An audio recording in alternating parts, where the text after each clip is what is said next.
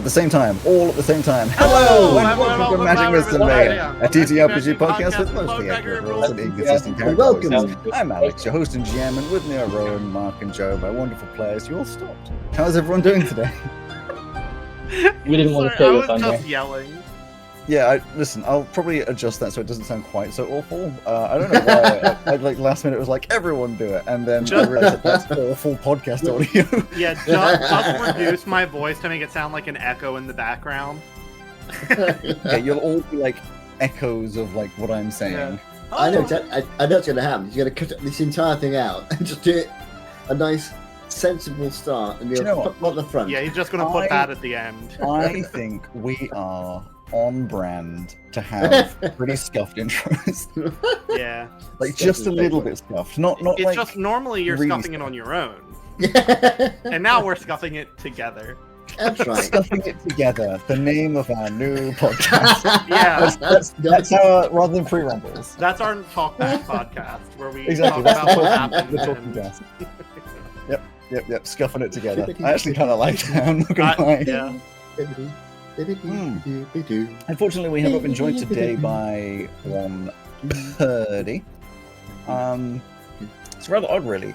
It turns out the only way that we can explain where Purdy is today is word by word, going around in a rotation from Joe, then my dad, then Rowan. And that's legally, that's the only way we can explain it. So you're just gonna have to go ahead. Oh, you're not getting in on this either? I don't want to follow Joe.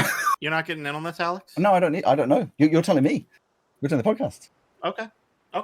Yeah. Oh, good And gracious. you want me to start? You want me to follow Joe? Word by word. Legally, yes. Fizzy Drinks, Filled with gas, and Purdy's lemonade. leaked. often When She shook the can and it exploded. everywhere so She has had better electrical appliances until next. week. period. Okay, You know I've what? realised. It took us a couple of tries. I've got three things to say. I have three things to say. Number one, I realize how much editing I've given myself to try and make that not just like really slow with the Discord lag. So thanks, me. Number two, aren't we such a good improv podcast? Considering that that's Yeah. my main RP thing. We're all very professionally trained. So good. I need an experience. And I can't remember what number three was. So, number three was for the podcast. That was the third attempt, and I will put the other two attempts, bleeping out anything that we didn't want to put in there, at the end of the pre-ramble, which is only available on the Patreon. So if you want to hear that, that's where you got to go. I would not put that second one on there. I would just do this one.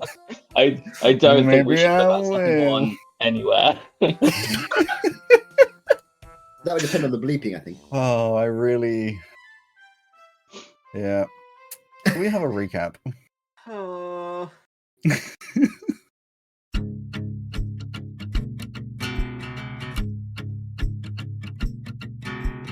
Now, I had one for usually making a diary, but considering the situation we're in, I feel it needs a little bit of explanation. Now, the last you saw, we just had a fight with those zombie-like creatures or whatever they were, and picked up our new friend Krep, the Remkin. Yeah, we were moving forward with our journey over to the west when we came across quite an unusual sight. A gigantic plane of glass, thousands of feet long. I don't know why it was there, but it was damn impressive. Kuruk said it was normal. He said they theorize over in that Remkin camp that it's probably a creature, but it ain't his specialty, which is fair enough. Didn't have long to look at it though, because another sandstorm came in. We hid inside the carriage and it started buffeting us left and right for a couple hours. It gave us a chance to talk, but I'm not used to how frequent those sandstorms come in. I don't think, anyway. After we waited a while, we set off again, and it wasn't long before there was something else, maybe a couple hours, and there was a rumbling in the ground, like an earthquake. And then it just stopped.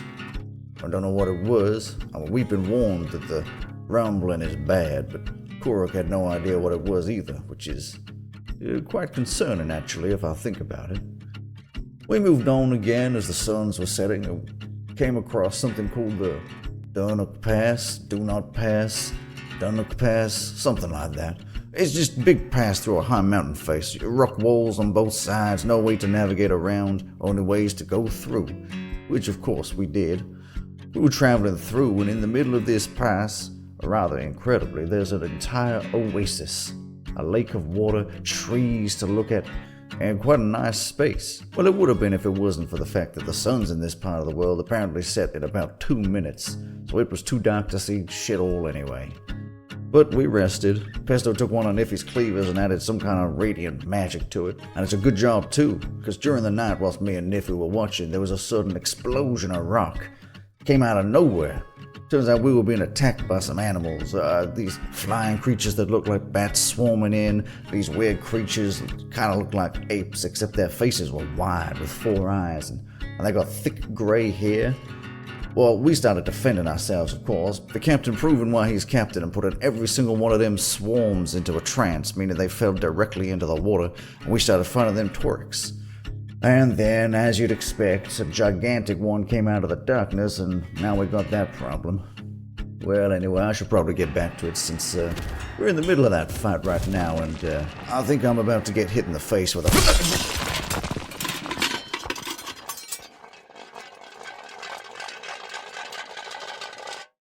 So Grim's dead, huh? Yeah, Grim's fucking dead. That was his head falling off. fucking That dead. was heard. That sound effect at the end was brilliant. Thank you. Very good. It was brilliant. I hit the face with the... I always enjoy doing this. That was brilliant. So as stated, we're indeed in the middle of this fight, which we'll see how much longer it goes. What I do know is we're starting off, if you're all in Owlbear.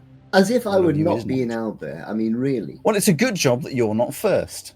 He is first in the Battle Initiative. Darn, it's Monty first. Okay, well, funnly enough... And we could all see that you weren't the only one not in here. I need Owlbear. Well, I'm not in. Just in case you wanted to not be embarrassed, I just want to make it very clear that you should be. So, a reminder. Our big friend just arrived, haven't you? Yes, it's these, Yes, the big these friend had two just to the become south. visible. So those That's it. That's Torix, they were throwing rocks around, and obviously the Sturge swarms. We had a bit of a weird one where I mishandled how they had been incapacitated. So they are not just going to drown, but they are sort of floating on the water, not doing much, at least for 10 rounds. We are currently at the beginning of round 3. Yeah. It's going to have to be our friend over here, isn't it? Porik 1. This guy. You can do. That is a dead body. Oh, it's See that dead. thing that says dead? It is dead. It is dead. The only things that are alive, Mark, are the the ones- Sturges Two on the right-hand ground side. and Yeah. the 2 on the right. And also the doodars in the these guys. Yes. who Yes, are those there. are the Sturges. Oh, sorry, I didn't hear that. Yeah, I can fly a bit closer and do something. Okay. So my movement. If you only need a little bit of distance and still want to stay within Ozzy's protection, there's 2 more squares right next to him that are perfectly fine to move to. So I can sort of move down Oh. to here-ish. Well, that's not within Ozzy's protection. Oh no. Wait, well, where's? We're just next to him. You got to be next to me, but I- you know I can just move next to you. But I am going one of the last ones. Well, You could also, because you can fly, you could hover above Pesto. That would also Yeah. do it. Yeah, if you wanted to. Yeah, that would be ish. Well, actually, thinking about it. Actually, I did not expect your turn to take this one. I'll go there. No, well, I hadn't worked out because of the distance. I hadn't worked out what to do. Right. Yeah, So, Alex, we need to do math. We need to do the Pythagorean theorem in What do you this say? combat. It's going to take a little bit. So I am going. I'm not. No, I'm not. No. Shit. Monty is going to come round this here side of Ozzy, Yes. and then he is going to wave his hands about in a sort of swervy kind of way. Okay, but is he going to cast a spell or anything? He is. Oh yeah, I never thought about that. Hello, and he's going to cast the same spell again that worked so well last time. Music on, it's weird. It's weirdly quiet. Hypnotic pattern, Wait, and he's going to be cast. What's the He's going to range. are you sure you want to do that? It will drop it on the Sturges. No, it won't. Yes, it will. I can concentrate on 2 things at once. Since when? You do have an... I've got a feat which allows me to concentrate on 2 things at once. So Well, that makes sense. You've got 2 feet. See? My favorite, my favorite result is Rowan laughing and being disappointed at themselves. Is that a homebrew thing, Mark? No. It's, I forget which one it is. I'll look it up if you like. It's under. I think it's part of the Grim Dark book that the race he's using came from. They'll both do wisdom saves. Turek 4. It's 17. Turek 4 gets a 18. And Oh, you little rat bag. Giant Turek. Where's the stats? There it is. Gets a natural 20. What? That's a complete waste of a hypnotic fucking. I don't feel bad about those moves. You got 6 in 1 last time. I did. I'm not going to complain. Literally got all the Sturges with the last hypnotic pattern. Exactly. That's So- called balance, I guess. That is, boop, there we go. That's another spell gone. That will be my go. Okie dokie. The swarm is incapacitated. 2 is dead. 3 is dead. Oh no, actually, as a bonus action, Mm-hmm. I am going to give. Who's most likely to do some damage? I think, Ozzy, have you still got that Bardic Inspiration? You see it? I still have a D10 of inspiration from you. And I don't believe. I think I still have one too. Are you? Okay, in which case there's no point. Because I always forget to use it. I'm going to use it. I could give Nifty one actually. I'm going to give Nifty one because I think it's my last one. Because if she does get attacked, she might roll me back. Oh yeah, we all buffed Niffy at the end of the last session. Now You did. she's not here. That's fine. I've got her sheet open. I have a question for Pesto or indeed Rowan. Of the two, that's Pine Nut and the orange one, your toys. Do you want the answer? It'll be faster. Basil? Of those two, it's just Pine Nut that can fly. Yes. It is Pine Nut that can fly, and it's also Pine Nut that has taken damage last time. Yes, it's fine. Grim is going to use. Would it count as an object? Would they be willing to be grabbed? Yeah. Cool. Then it wouldn't be a contest, so it wouldn't be his action. He's going to grab them both. Okay. Fly. Cool. Still amazed that Grim can fly. Still amazed. Yep. He just. Whoosh, he's going to fly 60 using his action. Hell yeah. So he's going to go just next to Niffy. Lovely. He's then going to drop Basil there, and he's going to just let go of Pine Nut there, because Pine Nut can fly. And he'll do it in an angle a little bit as well, because this, I would say, is only about 10 feet up. So he'll be, oopsie daisy, he'll be only about 10 feet up now, so that he doesn't just chuck your toy, and then it'll also be... Well, if he hadn't used his action, I was going to say throw base. I considered it. I considered it, but I can get them both further rather than throwing one. And if you hadn't told me that Pine Nut was injured, I also would have just done that, because getting one in. But for now, and maybe next time, but for now, their movement can be covered rather than just being so far out of the fight, which I think is quite useful. Yes. So he just over the top of you guys. The giant Trek is going to go across to here, and he's going to throw a rock at Monty. Yes. I mean, it's going to go at Ozzy no matter what, right? True. It would, wouldn't it? But he doesn't know that. Well, there's a question about that, I guess. Is this a? It's a ranged weapon attack. Yeah. It is a ranged weapon attack. Yeah, it counts as a ranged weapon attack, so it would count as a projectile. Cool. Then in that case, yes, that does target me.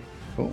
Oh, in which case, actually, you guys can be 10 feet from me. I'd totally forgotten about that. I was just going to use protection. But I'm not going to change because you don't fucking know that. So you're going to launch, and it's going to be a stone. It will be stone. That'll be a what is that? 26.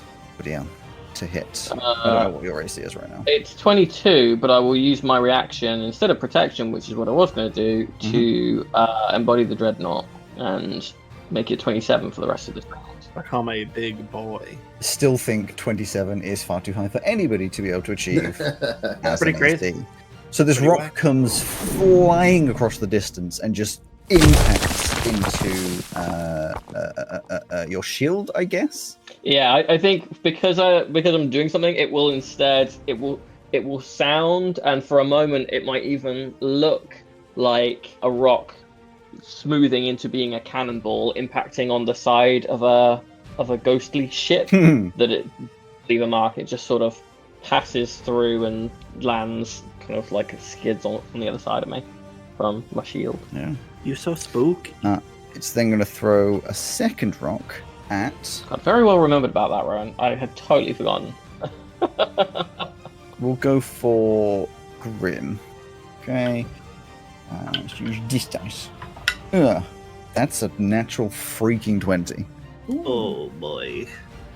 You know the intro audio? Yeah, this is that moment. Honestly? this is he was flying across just like, I should probably think about these things more often.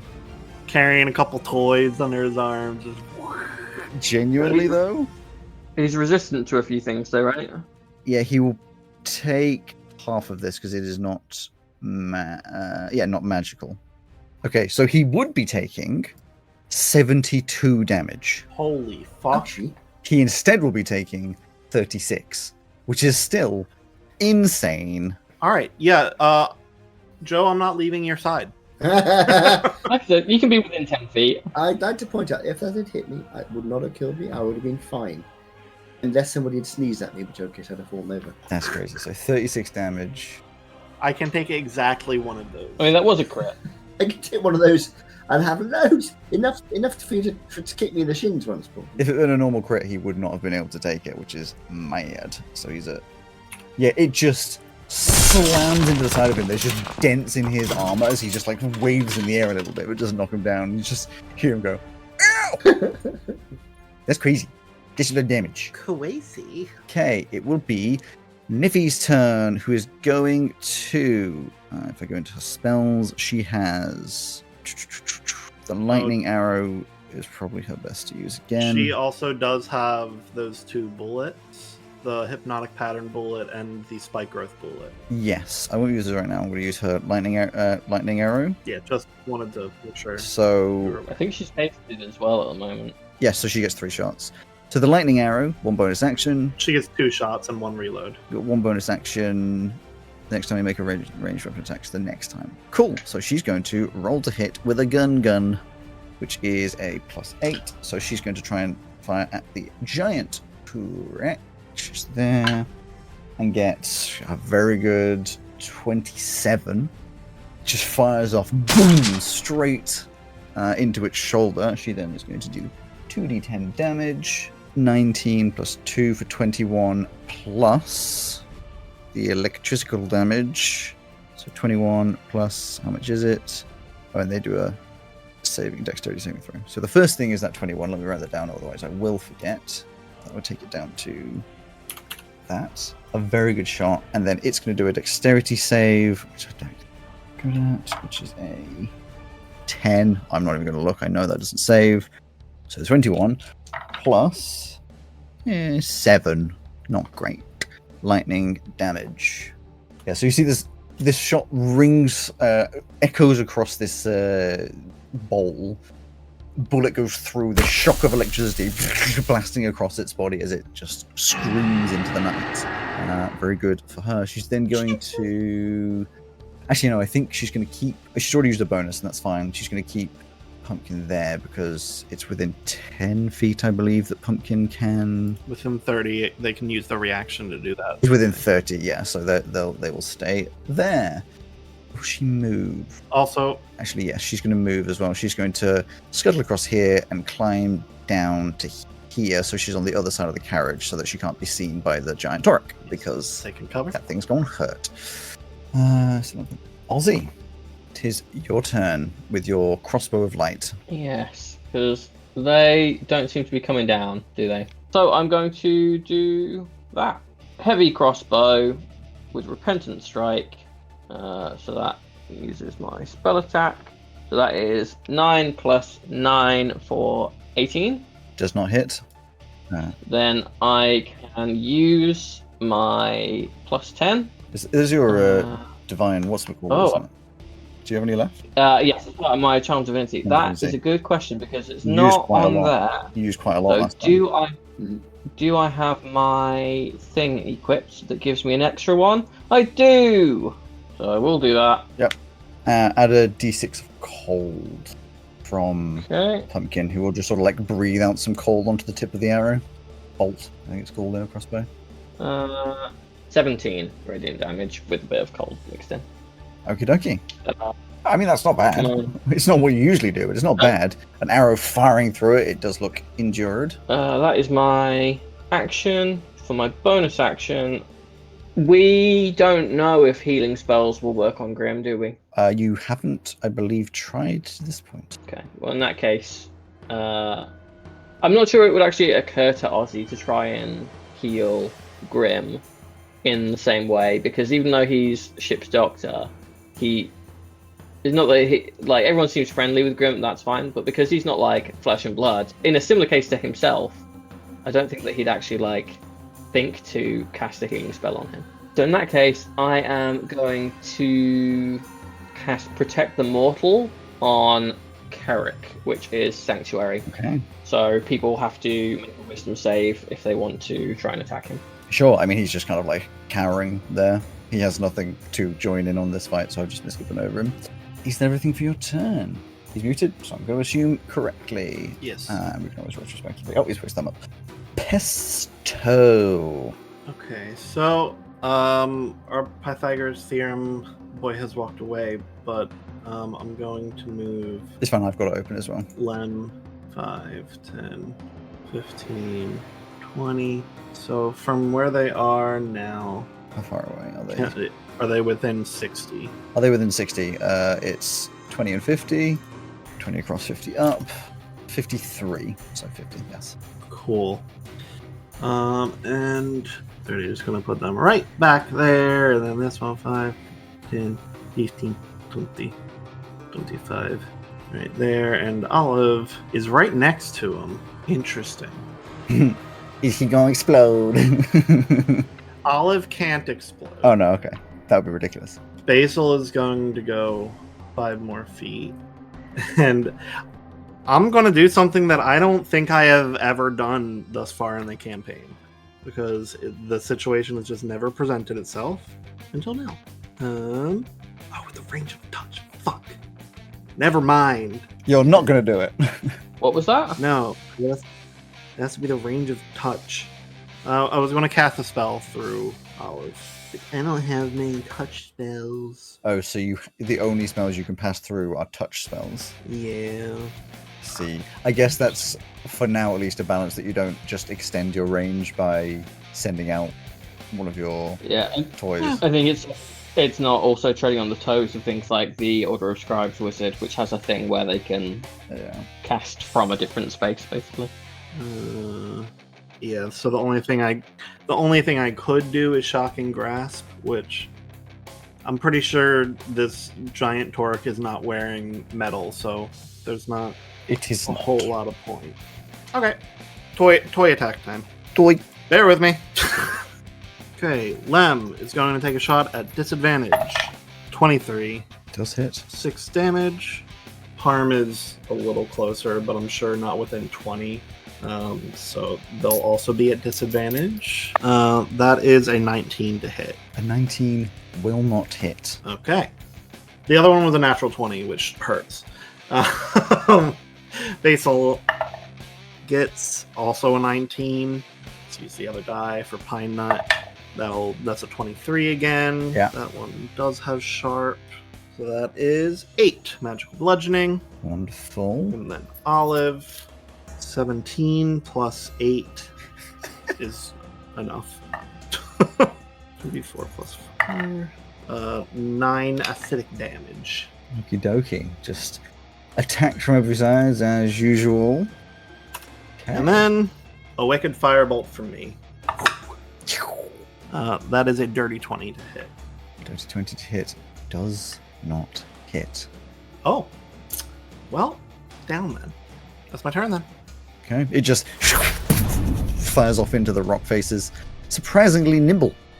And then we move to Rurik 4. 2. is going to move to here and is going to jump to. So it just gets to the edge here and then launches itself into the water. Yep. He's then going to travel to there with its remaining little bit of movement and is going to. Let me check on that. No, that's the wrong one. It's going to. There it is. And then we'll check those. Yes. It's going to, because it takes one action to wake one thing, is going to use its 2 attacks to punch both of these swarms. And they are incapacitated. It's smart enough to do that? It's smart enough. Incapacitated, does anyone know, or do I have to look it up? Do they get advantage or is it an immediate hit? It's advantage. Oh. We're probably not the first people through here. No, but And it's a big glowy thing in the sky. Yes. what is? Oh, what's a thought? Is it entering the... Oh no, it was cast in the sky. Never mind. Yes. It was cast in the sky, so it is on the ground. Yeah. It does hit So I both was just of them. thinking entering the area and therefore need to save us. So Swarm 6 is going to take 4 damage. Well, the effect is Damn instant. it. Right? The effect of I hypnotic thought it pattern was happens. Does it not? I don't think so. I think the effect happens instantly, but then the incapacitation lasts a minute. Yeah, the pattern appears for a moment and vanishes. Yeah. Does it say if they take damage that they automatically get snapped out of it? Yes. Yep. If it takes any damage, or someone else uses an action to shake the creature out of its stupor.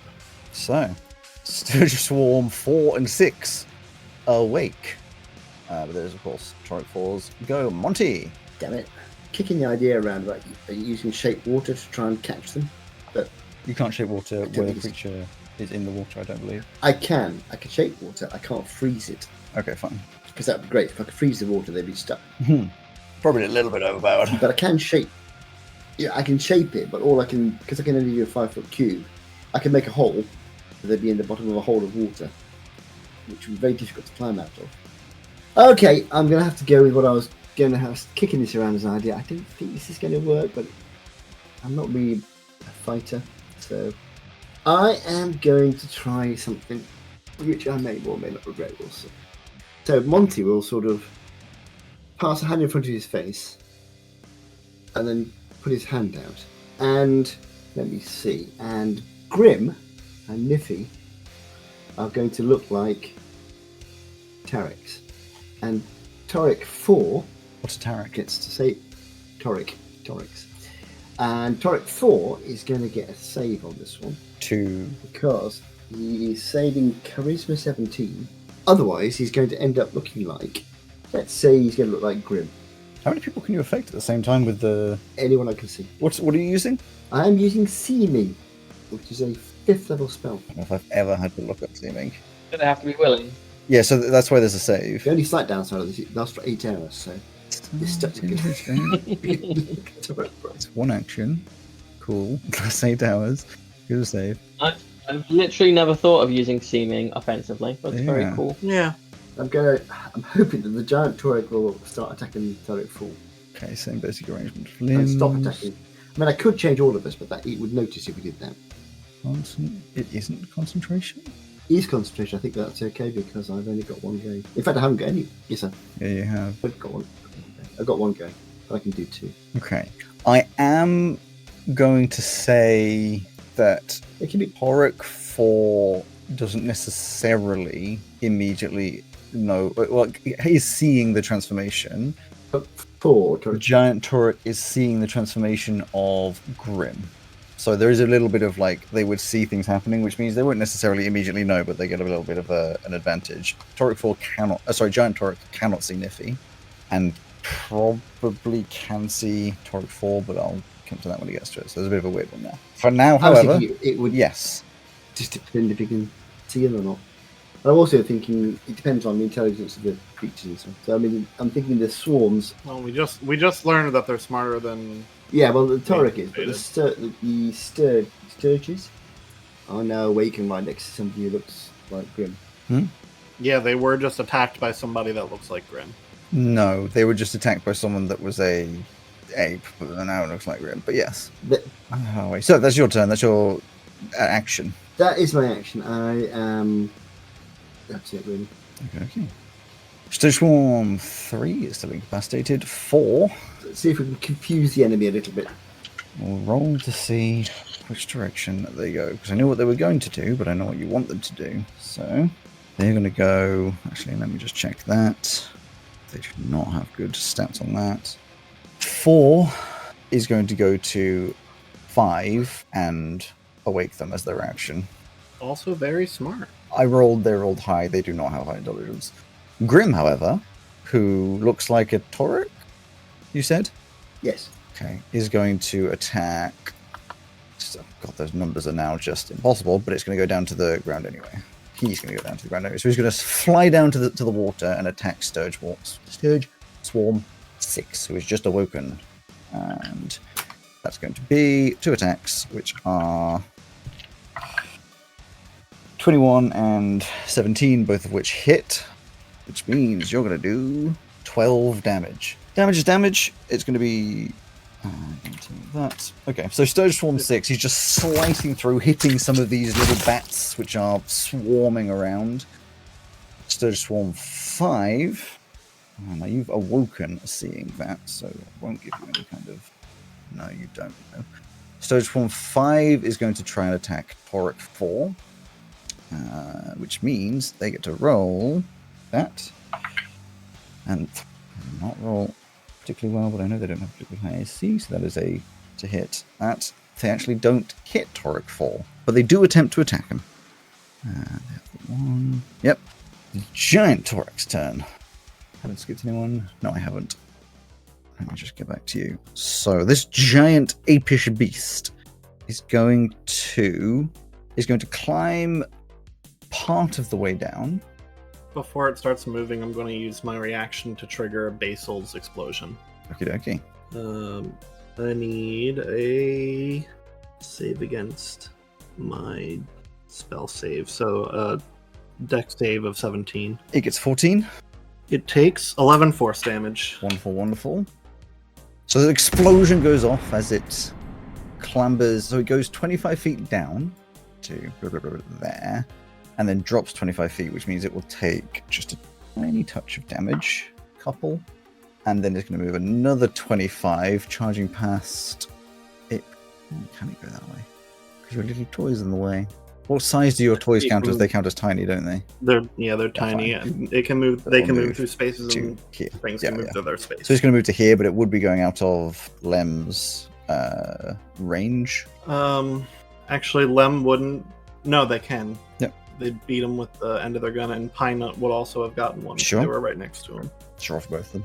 So Pine Nuts is natural 17 to hit. Does not hit. Plus 11. Does hit. For 7 damage. And Lem will smack him with the butt of their gun on the way past for a not a hit. Okay. You're confident on those numbers? I rolled a 7. It's not gonna...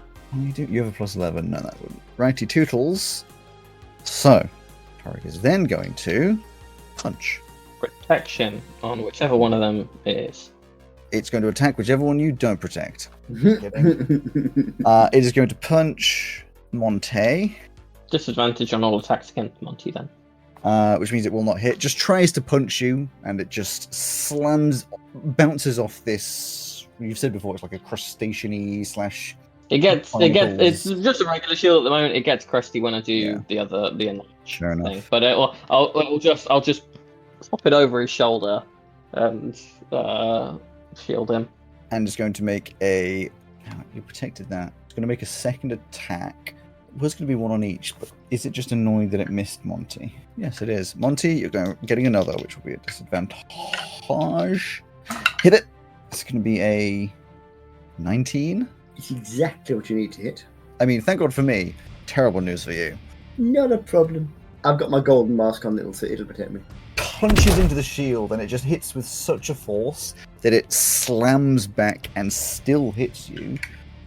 You're going to take 24 bludgeoning damage as you're just slammed into by this gigantic fist.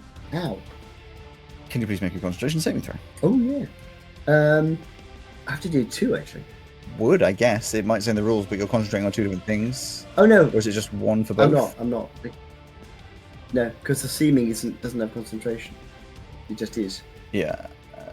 Yes. It lasts for 8 hours. And the other hypnotic pattern failed. Yeah, but Yeah. second Level second 5 hypnotic spell. It's just the pattern first failed. hypnotic So pattern, that's it's fine. just the first one. So you need to Constitution saving throw be to 12. You probably will. Constitution. Well, my Constitution is not. Let us say my strong point. Genius could be flashed at you, Yeah. and you've got a D10. Oh yeah, you do saw the Have detail. I? That's even that is going to struggle to help me out here. Let me know if you Get tell me the everything flash you've of got. genius. Don't tell me what the number is. Don't tell you. Don't tell me. Just tell me if you need it. What am I trying to beat? Or do I not know? You're Don't trying tell to me, beat but a tell me if 12. you need it. It's kind of being told, but whatever. You're trying to be a Oh, 12. actually, well, the D10 was very, very helpful. Well, you shared the DC ahead of time, so I can't. What do I The, do? the D10 is very, very helpful. So, do I tell you or don't tell you? Because I could do with all the help I could get. Just, I'll give you a flash of Yeah. genius. Fuck it. I can now tell you that my first roll was 5. That I had a bonus 2. Then my D10 I rolled a 10. So I'm up to 17. That's a D4, isn't it? Flash genius. No, it's just plus Flat 4, but four. if you got 17, then you don't need it. You were only trying to beat a 12. Yeah, I was going to say, you already you're trying to be at 12. Oh, was I did ask you. I didn't hear you. I didn't hear the answer. You can Sorry. calculate. It's half the damage or 10, whichever's higher. Oh, is it? I didn't know that. I didn't know that. I think Oh, good. You've probably been told. I would be. Good surprised news by that. is you don't drop concentration. Bad news is you just got punched in the face really hard. I did. You probably dented my mask. Yeah, the shield went backwards into you. It's rather embarrassing. Hey, Alex. Yeah. I don't know how you're gonna feel about this, but I couldn't have used Mhm. flash of genius because I already used my reaction this turn to make. It's fine. It wasn't needed anyway. Okay. Well, that's why I'm saying I don't know how you feel about it because it was using a resource. It's fine. Like, just you wouldn't have cast it because you couldn't have cast it. Okay, Kurik is next, who is now going to Scarpa because he's now close to this giant thing and he don't want to be, so he's going to go 5. Under the carriage. You know what? Actually, he is small. Although getting under the carriage is quite difficult from the sides because of the big track. So he's going to go 5, 10, and then yeah, he'll go 15, 20, and I don't know how to do that. He's under the carriage, so We'll just remember. Or just is. you just... exactly. Well, I know he's not on top of it. So it is then going to be Put a ring on him. Niffy. I forgot that Niffy could have done an extra shot last time, but that's fine. Did a shot and a reload. Niffy is going to now. Niffy's moved, so back on her turn. What measurements? Give me the measurement tool. Can now get the bonus. So is going to. Yeah, no, won't for now. Is going to fire the gun. So that's a +8. That one is literally a natural 1. That is so unfortunate. How did you also inherit Purdy's luck with these gunshots? That's very unfortunate. So What in the hell? it you must make a successful Tinker's Tool check. She needs to do an action to fix it. So therefore, the first of her attacks, she goes and it just jams up and exclaims "fuck," at which point her cleaver goes out. And then she shouts "fuck" a second time and charges at it, and is going to try and attack using Don't do it. which one was it? Bessie? Messi? I think it was Messi. Messy. Don't But do she it. looks like a Torek. She looks like a Torek, so as long as she doesn't attack him, she's safe. I don't think Purdy would play Niffy as to not do that. If I'm I know, I 100% agree. honest with you. Not a chance. We're going to But get once a we still say 10 don't do to it. 6 is a 16. Misses anyway. Distracted and frustrated, manages to just whoosh as she's running over. She is. She gets another attack with it. She already used one of her attacks to shoot the gun. Yeah, she's got 2. Because One because of haste, and then another one after. she's a Just 3 ranger. attacks because of it. Yes, I got you. It's it's the haste that gives the extra attack, not the ranger. She has already used 2 attacks. Yeah. It's the 3rd attack. 9.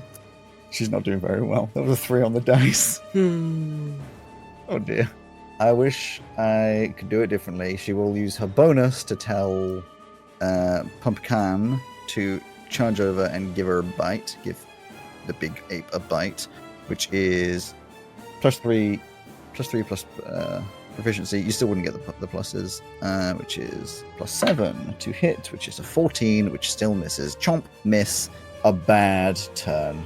absolutely. Why does Pumpkin have a bigger to hit than Purdy?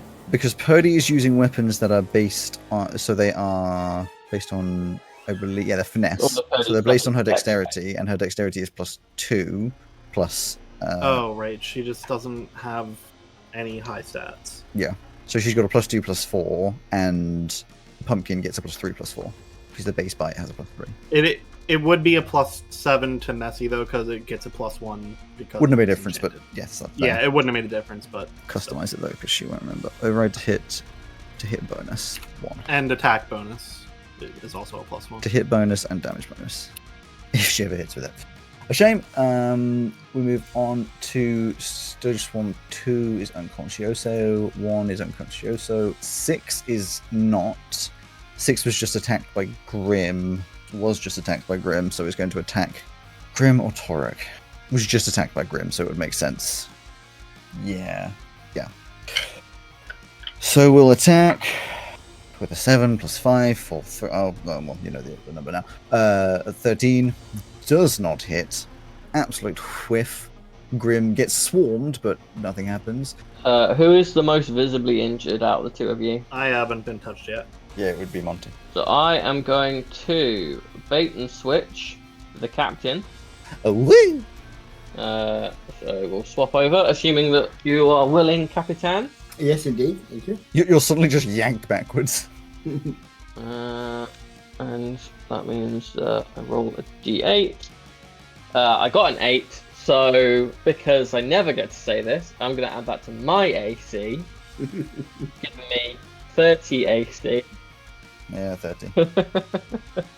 Yeah, I did it. We get it. You win D&D. Congratulations. You're so good at playing this game. Nothing can touch you. You can't be critted. Well done. 5 foot of movement. I'm then going to bash it. 3 point moving it away. There isn't really, is there? Yes, I want to move, so there is. Oh, okay. Form on the clerk. Protecting their water hole. In that case, All I the will children dead. bash it with the Warhammer. Gonna die. Protecting the water hole from these people that were just there. Animal instinct. That is a 16 to hit. So if I could have a flash of genius. No, you can't, because it's not background to your turn. Yep. I just miss my... Sorry, everyone pause. Oh, I do. I have my inspiration. Thank you. Yeah. With it, which is another 8 out of the 10. So that makes it 24. Yeah, it hits. So that should hit. For a second there, I thought we could just all pause and appreciate that Ozzy might have missed for once. No. No. I'm less mad about that one because that's a bardic inspiration. That's that's part of the course. I've not rolled very well. 18 bludgeoning damage. Magical bludgeoning damage, if that makes a difference. Mm-hmm. And he's pushed 10 feet directly away from me. But yes. And then I will... Just landed on top of Lem. Get action. Can I? This gigantic beast just forced backwards. Ha-ha! Oh, can I bait and switch once in a turn? That's an interesting... I'm going to have to start introducing not just large creatures, huge creatures, so that you can't do that.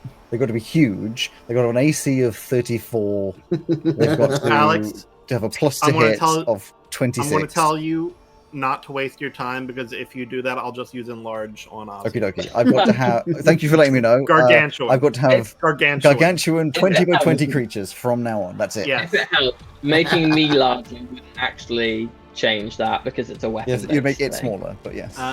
Oh yes, you'd have to make it smaller. But it does also increase the size of the weapon, though. Yes, but that don't know. Wouldn't change what the feature does. The feature says you can move anything that is small or medium, right? Yeah. Not something that and is... this is where the rigidity medium of large. D&D is It's lacking, in my opinion.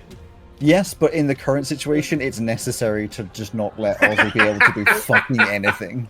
Like, there has to be limits. He has already worked out how to game the system to be invincible. That is not even a little bit true. Why don't these... You have an AC of 30!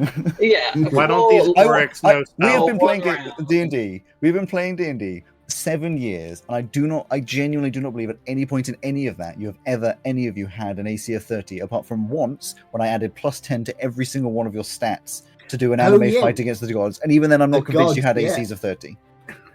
Yeah, exactly. It's Bahamut never may happened in years.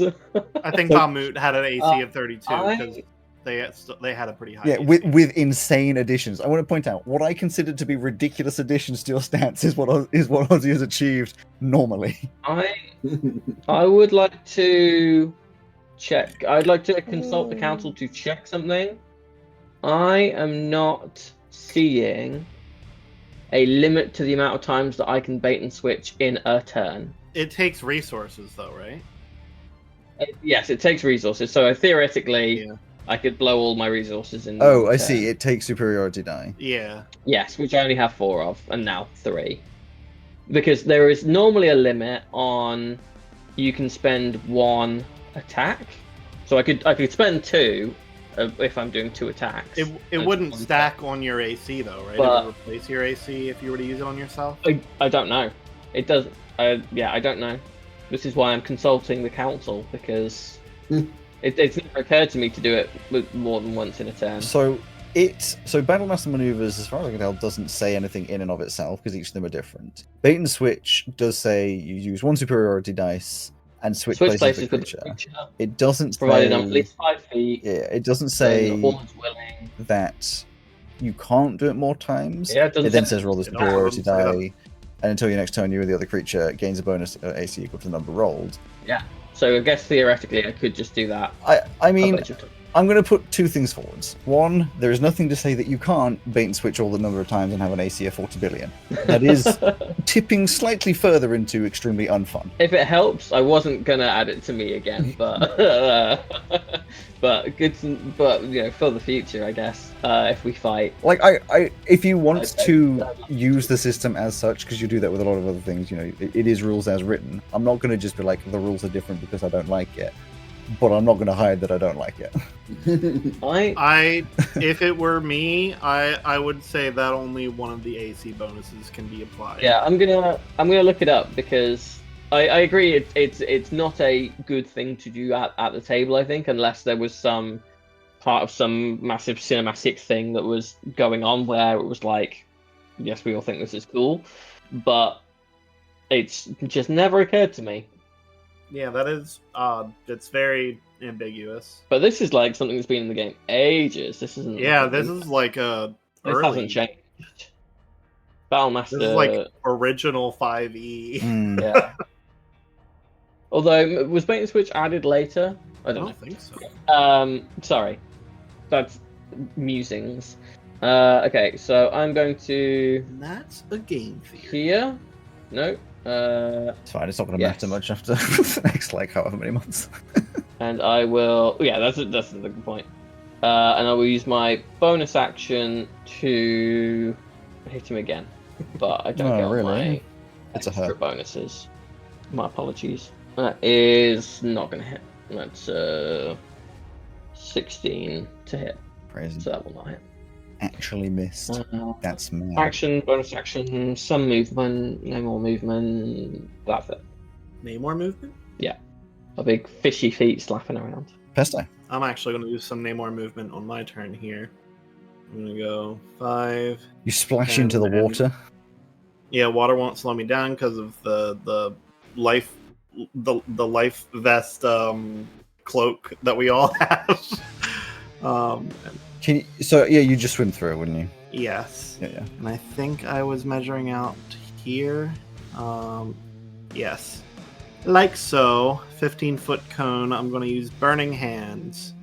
So I need a dex save from Swarm 4, 5, 6, and Torek 4. A dex save 17. 4. 19 on the dice. Sturge. 4, 5, 6. Yeah, what is there? Dex. Okay, it's going to be 7, 13, 21. Going 4, 5, 6. Okay. So I would imagine Torek and Sturge Swamp 6 are saving. 8 and 6. Math. 14 fire damage to those that failed. Mhm. And 7 to those that passed. I think I dive into the water and then shoot up from the water, so it's also like a big splash of steam hitting them with that jet of True, fire. they're all wet, so therefore, By Pokemon rules, they're affected by the damp condition. exactly. Actually, I don't know if there is anything in D&D. I really genuinely don't know. There probably is if you want it to be. For being in water. Yeah. And affected by fire. Creatures fully immersed in water gain resistance to fire Yeah. damage, but they are not fully immersed. I think that's pretty much the only thing, other than in like difficult terrain. Mm. You've got to be fully underwater for stuff. You're not going to attack Grim, who currently looks like a Torek? Nope. And you did attack the Torek, who looks like Grim? Yep. But how do you know? Because I saw Monty casting the spell, and he whispered in my ear he's switching the places with them. Yeah.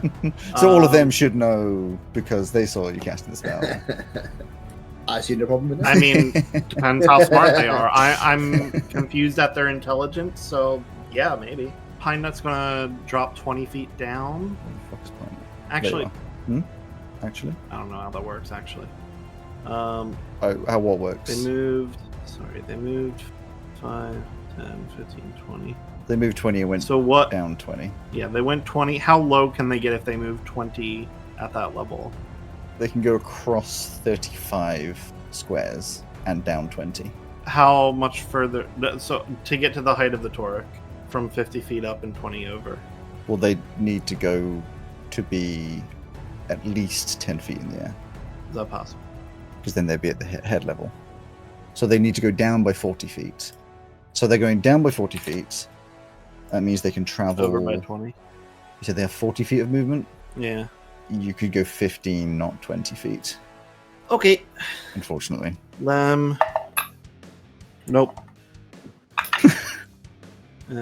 21 for Parm. To hit the giant Torek does not hit, I'm afraid. Okay. Okay, there's something. 24 for Olive. That one does hit. The biggest target moving the fastest possible. It's all the fur, which they don't And have. at advantage. Just rock hard abs. Was it? Lots of failure. It's dead. Oh! What the heck? Yeah, exactly. Yeah. How does who are you saying? Pine Nut? Pesto? Basil? Who was it? Olive. Olive. But yeah. Shocking. You guys have been eating away at this thing as it's been traversing. I thought it was going to have so much health. What do you class as so much health? Like 400. Oh god no. I think Olive does a flyby and just like as they're flying builds up a disgusting amount of acid in their gullet and then just releases it like a fucking napalm strike over this thing's head. Poor thing. Just wanted to have its water. Poor thing. And it could have. Just fucking come down like a fucking normal thing and have some water. You invaded its space. I'm just saying. You're not going to make us feel guilty. Excuse me, I think you'll find that we liberated this this area from its savage inhabitants. And the iron grip. We haven't yet. No, we're about to. Torque 4 is going to attack Pesty Poops because you attack them. Mhm. I don't imagine you're going to have to be too stressed about this. The first attack is a 12. The second attack Nope. is a mighty 14. Yeah, it's just in the water splashing Nope. about. It just fails on both of those. Why can't I roll? Well, Monty, it is your turn. I am going to lean forward, and Torek 4 will hear my voice saying, "Your fur looks funny, and you've got a funny nose as well. You think you're a big ape? Ha! I don't think so. Ha!" I'm assuming that's vicious And mockery. You get a vicious mockery. I'm not particularly vicious. So it's wisdom 17. I do love the concept of vicious mockery, where it's just like you hurl insults at them, which hurts them, but they don't actually need to be able to understand you. So they just kind of get the No, vibe exactly. that you're saying something There's rude. a- Wisdom say that was a very 12. which is 12 points. And they also have disadvantage on the next attack. I'm not convinced they're going to get another attack roll the way things are going. Is that everything? Yeah.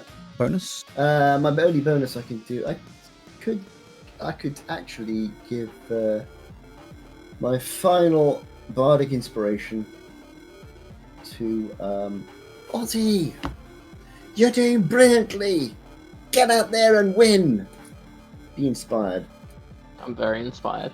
3 is incapacitated. Swedge Warm 4 is going to go to here. Which one are they going to attack? You attack them last, so it would Which be... Grim are they going to attack?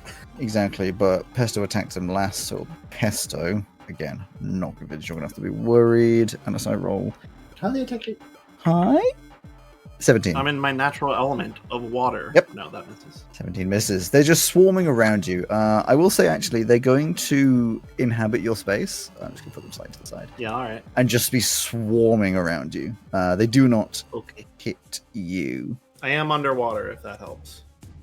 They're just sort of swarming. You would be taking the same space because you count as sort of on the water, and they count as just above the water, so it's the same space. Otherwise, you'd have to worry about that fire damage not have done as much. Grim is going to go just straight in the middle of all of them. It's going to do the first attack against the ape. And roll a 2 on the dice. That's not going to hit. Babes, you need to do better. That's an 8. They'll do the second attack against the Torek. That one's a 19 on the dice. Good. That's going to be a 25, which means they're going to do... You'll need to give him some better damage, by the way, because he does 1d10 per swing. Plus... is it plus 4? So he does 10 damage to Torek 4, who's not looking particularly healthy. Stage 1 5 is going to attack Grim. Get a 14. Giant Torek is dead. So Grim does look like a Torek at the moment. Yes. Just reminding you that. And the And for Torek the looks like next Grim. 7 hours, 59 Yeah. minutes, Yes. and 22 seconds. Yeah. But Grim did just attack them. Yeah, true, but yeah, I'm just saying the Torek looks Yeah, like Grim and no, Grim looks like a Torek yeah. at the moment. Then it'll be Kurek, who's going to stay hiding. Then it's going to be Niffy, who is going to not do a lot. Try and fix their gun is their action. So they need to make a Tinker's Tool check. If they are not proficient with is a 4. Yeah, it needs to be mended out of combat at a quarter of the cost of the firearm.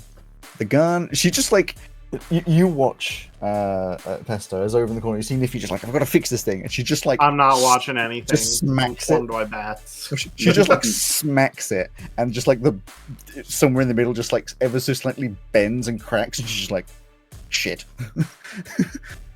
So it's 1, 2 is first aid, 1 first aid, 6 will attack Grim. Plus it's 22 4 damage, but it means that Resist it? you do be 2 damage, but he is grappled. Target is medium or smaller. If the target is medium or smaller creature in the small space, the target has the grappled condition, escape DC 13 until the grapple ends. The target takes some damage at the end of each. Oh, am I also So- grappled? No, because you weren't hit. Okay. Okay. Ozzy! Okay, Sturge Form 6 is occupying Grim's space? Yep. Okay, well that works out even better for what I was going to do then. Thank you. So Ozzy is going to move 25 feet over here. Are you hindered by movement in water? I walk on water. Sure. Okay. So is it water? I don't think I have a ring. you have a ring of But, water walking, but I don't think that means you walk on water. So Because I know you didn't take exactly the same stuff, but I can't remember what. it's a ring of something. Yeah, I took a different thing. Oh no, ring of swimming. So I have a swim speed of 40 feet. So no. Yeah, cool. That's fine.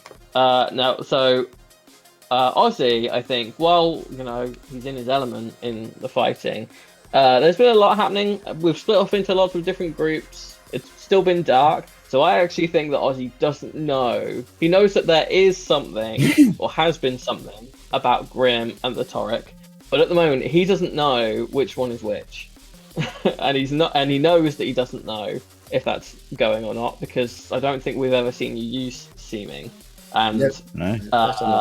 so Ozzy, I will say, doesn't know who's Yeah, so doing what. Grim looks like a Torek, and the Torek looks like Grim. Yes. And they're hitting each other, which is Yes. I am going to use Green Marrow Flash. which I don't use very often. But it will. So usually this would be Ozzy's bones sort of emit a blinding light in an area around him. However, because since we got here, he has been disguised as an ugly dwarf woman. Yes. Instead, the illusion stays the same, but there's sort of like just suddenly like a camera flash of searing light around him, with no like obvious source within the body. It just sort of happens around him. So could everyone within a 5 foot of me, excluding Pesto, so Sturgeon 4, Torek 4, Sturgeon 6, Grim, and Sturgeon 5, can they all please make me con saving throws? Okay, so the Sturges 4, 5, 6 are going to be 27. That's crazy. 4, 5, 6 is going to be 8, 9, 10. Okay, they all fail. But Pesto doesn't need to. Yeah, Pesto doesn't need to. You are excluded because I know that you're you. Oh, okay. I still made the. Fair enough. So you know that you could if you needed to. Yep. The Turek is con a natural 20 and Grim natural 20. Oh. Okay. So the flying things fail. The Turek and Grim both succeed on exactly the same number. Oh, that's a good roll. Oh. That's 13 plus 4 for 17 to all the flying things then. That's crazy damage. What level spell is that? 3? That is a cantrip, but we are level 11. So it's 3d6 plus 4 because of a cleric feature. I got a 6, a 6, and a 1. It's radiant damage as well, so it's not affected by like the water and stuff. Aren't our cantrips still on 2 dice? Not at level 11. Cantrips upgrade at 5, 11, and 17. Well, Yeah. Yep, that's why I had. let me fix that real quick. 3d6 on my vicious mockery. We've not been level 11 very long. You've not used very many. No, cantrips. and I haven't actually hit with any of my cantrips since, so. There you go. The problem Sturge though. Swarm 6, it's enough that they just go splattering across the water. A couple of them skip across the water like stones. 4 and 5 are...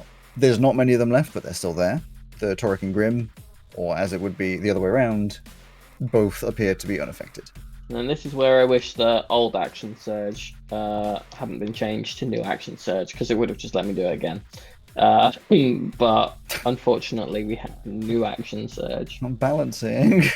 Boo. So I will simply smack the Sturge Swarm with my Warhammer that is attacking Pestoli for my bonus action, using a War Priest charge. I'm just seeing if there's anything about being in the same space and targeting, but doesn't appear to be, so yes. I believe so. Is Oh, just 28 to hit. No, sorry, not 28, 25. It was I was looking at my +8. 25 and 6 plus Is that what you're rolling for? I think you're all right. 10 bludgeoning damage, and they get There was just 20. there was just They one flapping around Pesto's head, and you just just like guts just explodes. I've got you, buddy. Hammer just flies over your head. You've just been flashbanged, and then a hammer swings around. You have no idea what's happening. Lovely. That's it. That's it. Pesto. Let's try this again. Firebolt. Now that I know that it's 3d10 at the remaining Sturge Swarm, that's not incapacitated. Sure. Actually, no. The Torek's still there. Actually, Torek is still there. Oh. Wouldn't you have disadvantage? I'll go with the.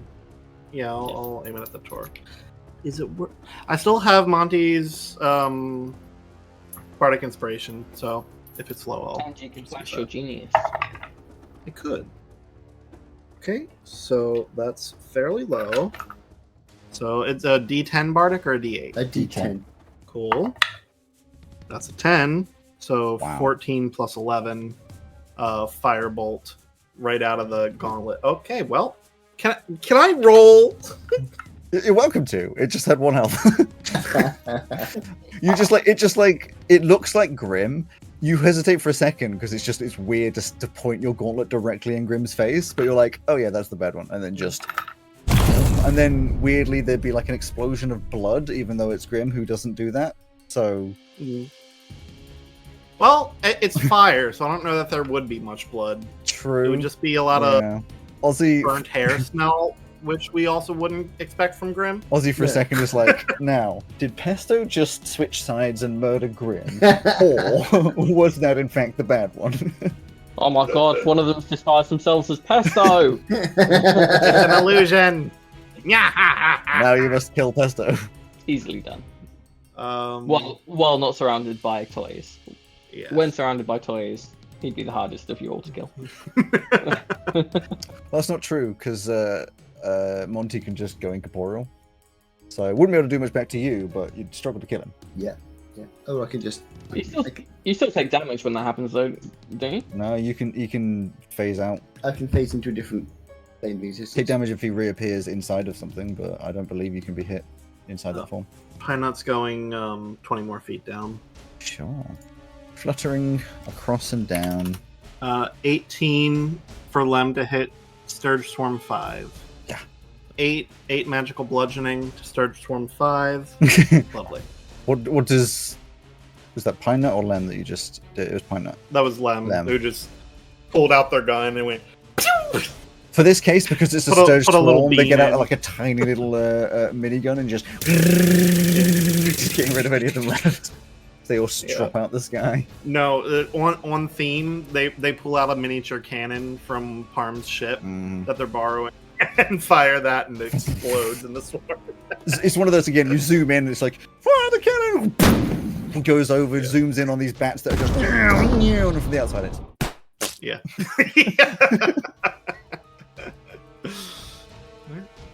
Oh, dear. Release my turn there, because I don't know what we're going to do with the rest of these Sturges. Monty. So the battlefield falls silent as the only ones that are left are like these vaguely twitching bats just floating on the water. The thing is, normally I'd go, right, vicious mockery. But since they're actually unconscious, I'm not sure that would actually work. Yeah, do you think they're going to wake up and then be like... Vicious mockery would work regardless. Oh no, they can't. Really? They're not unconscious. They are can't hear, incapacitated. So they can hear you. Oh, right, so they can hear me. Yes. So I could viciously mock them. You could. Or I could go over there and just hit them with my sword. You just put them in a sack and start drowning them if you want. Well, I was also tempted. I don't even know if this would work, right? So, shape water. So they're floating on the surface of the water. And I can shape a 5-foot cube of water. Yeah, basically make a hole in the middle. So because you can also affect the water flow, the current. So just have current, just suck them down underwater, and then hold and have a current going downwards, so that they can't get back to the surface. Listen, if you want to be torturous to these incapacitated and unable to move bats, it will injure them and they'll wake up. Sure. But that's what I'm thinking. That's just insane, though. My thought is that they'll see the battlefield and be like, I think I'm good, actually. I'm going to viciously mock one of them, Swarm 1. Because they might not. It's just like, we probably don't need to kill them if they're not attacking us. And the captain's just like, you stink of cheese! Yeah, that's right. Your mother smells of elderberry? What's your father smells of elderberry? I can't remember what it was, man.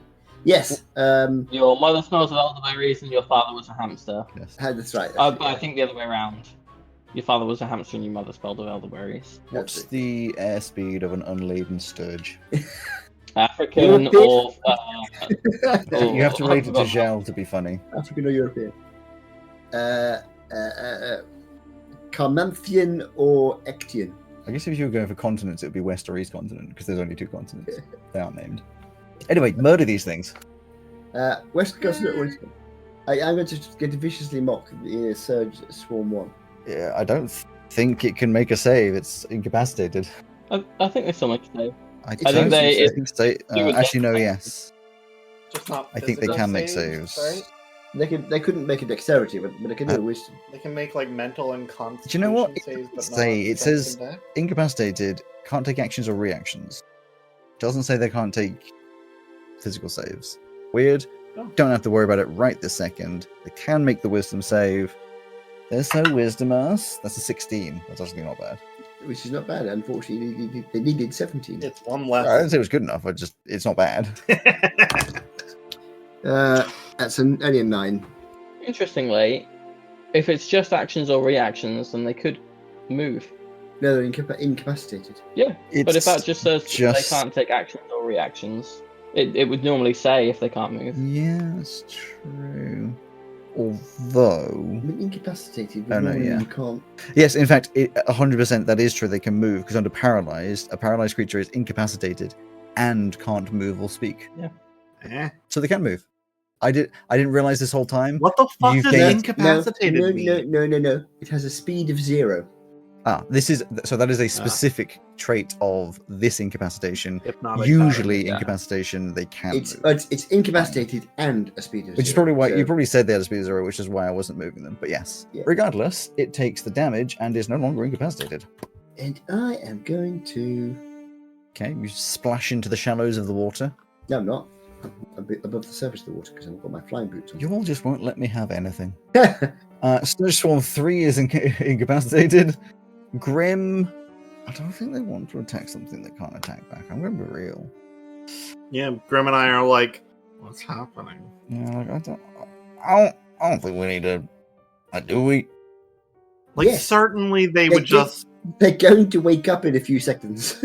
Just going to fly over to here. Yeah, certainly they would just, like, fly away. If they though. fly away, that's fine. But if they don't fly away, we've got to chase him around the skies. If he's standing on the edge, he's just like, yeah, I can't attack them anyway, and feels kind of bad to just attack them. So, Sturge Swarm 2 can't move. Sturge Swarm 1 is going to.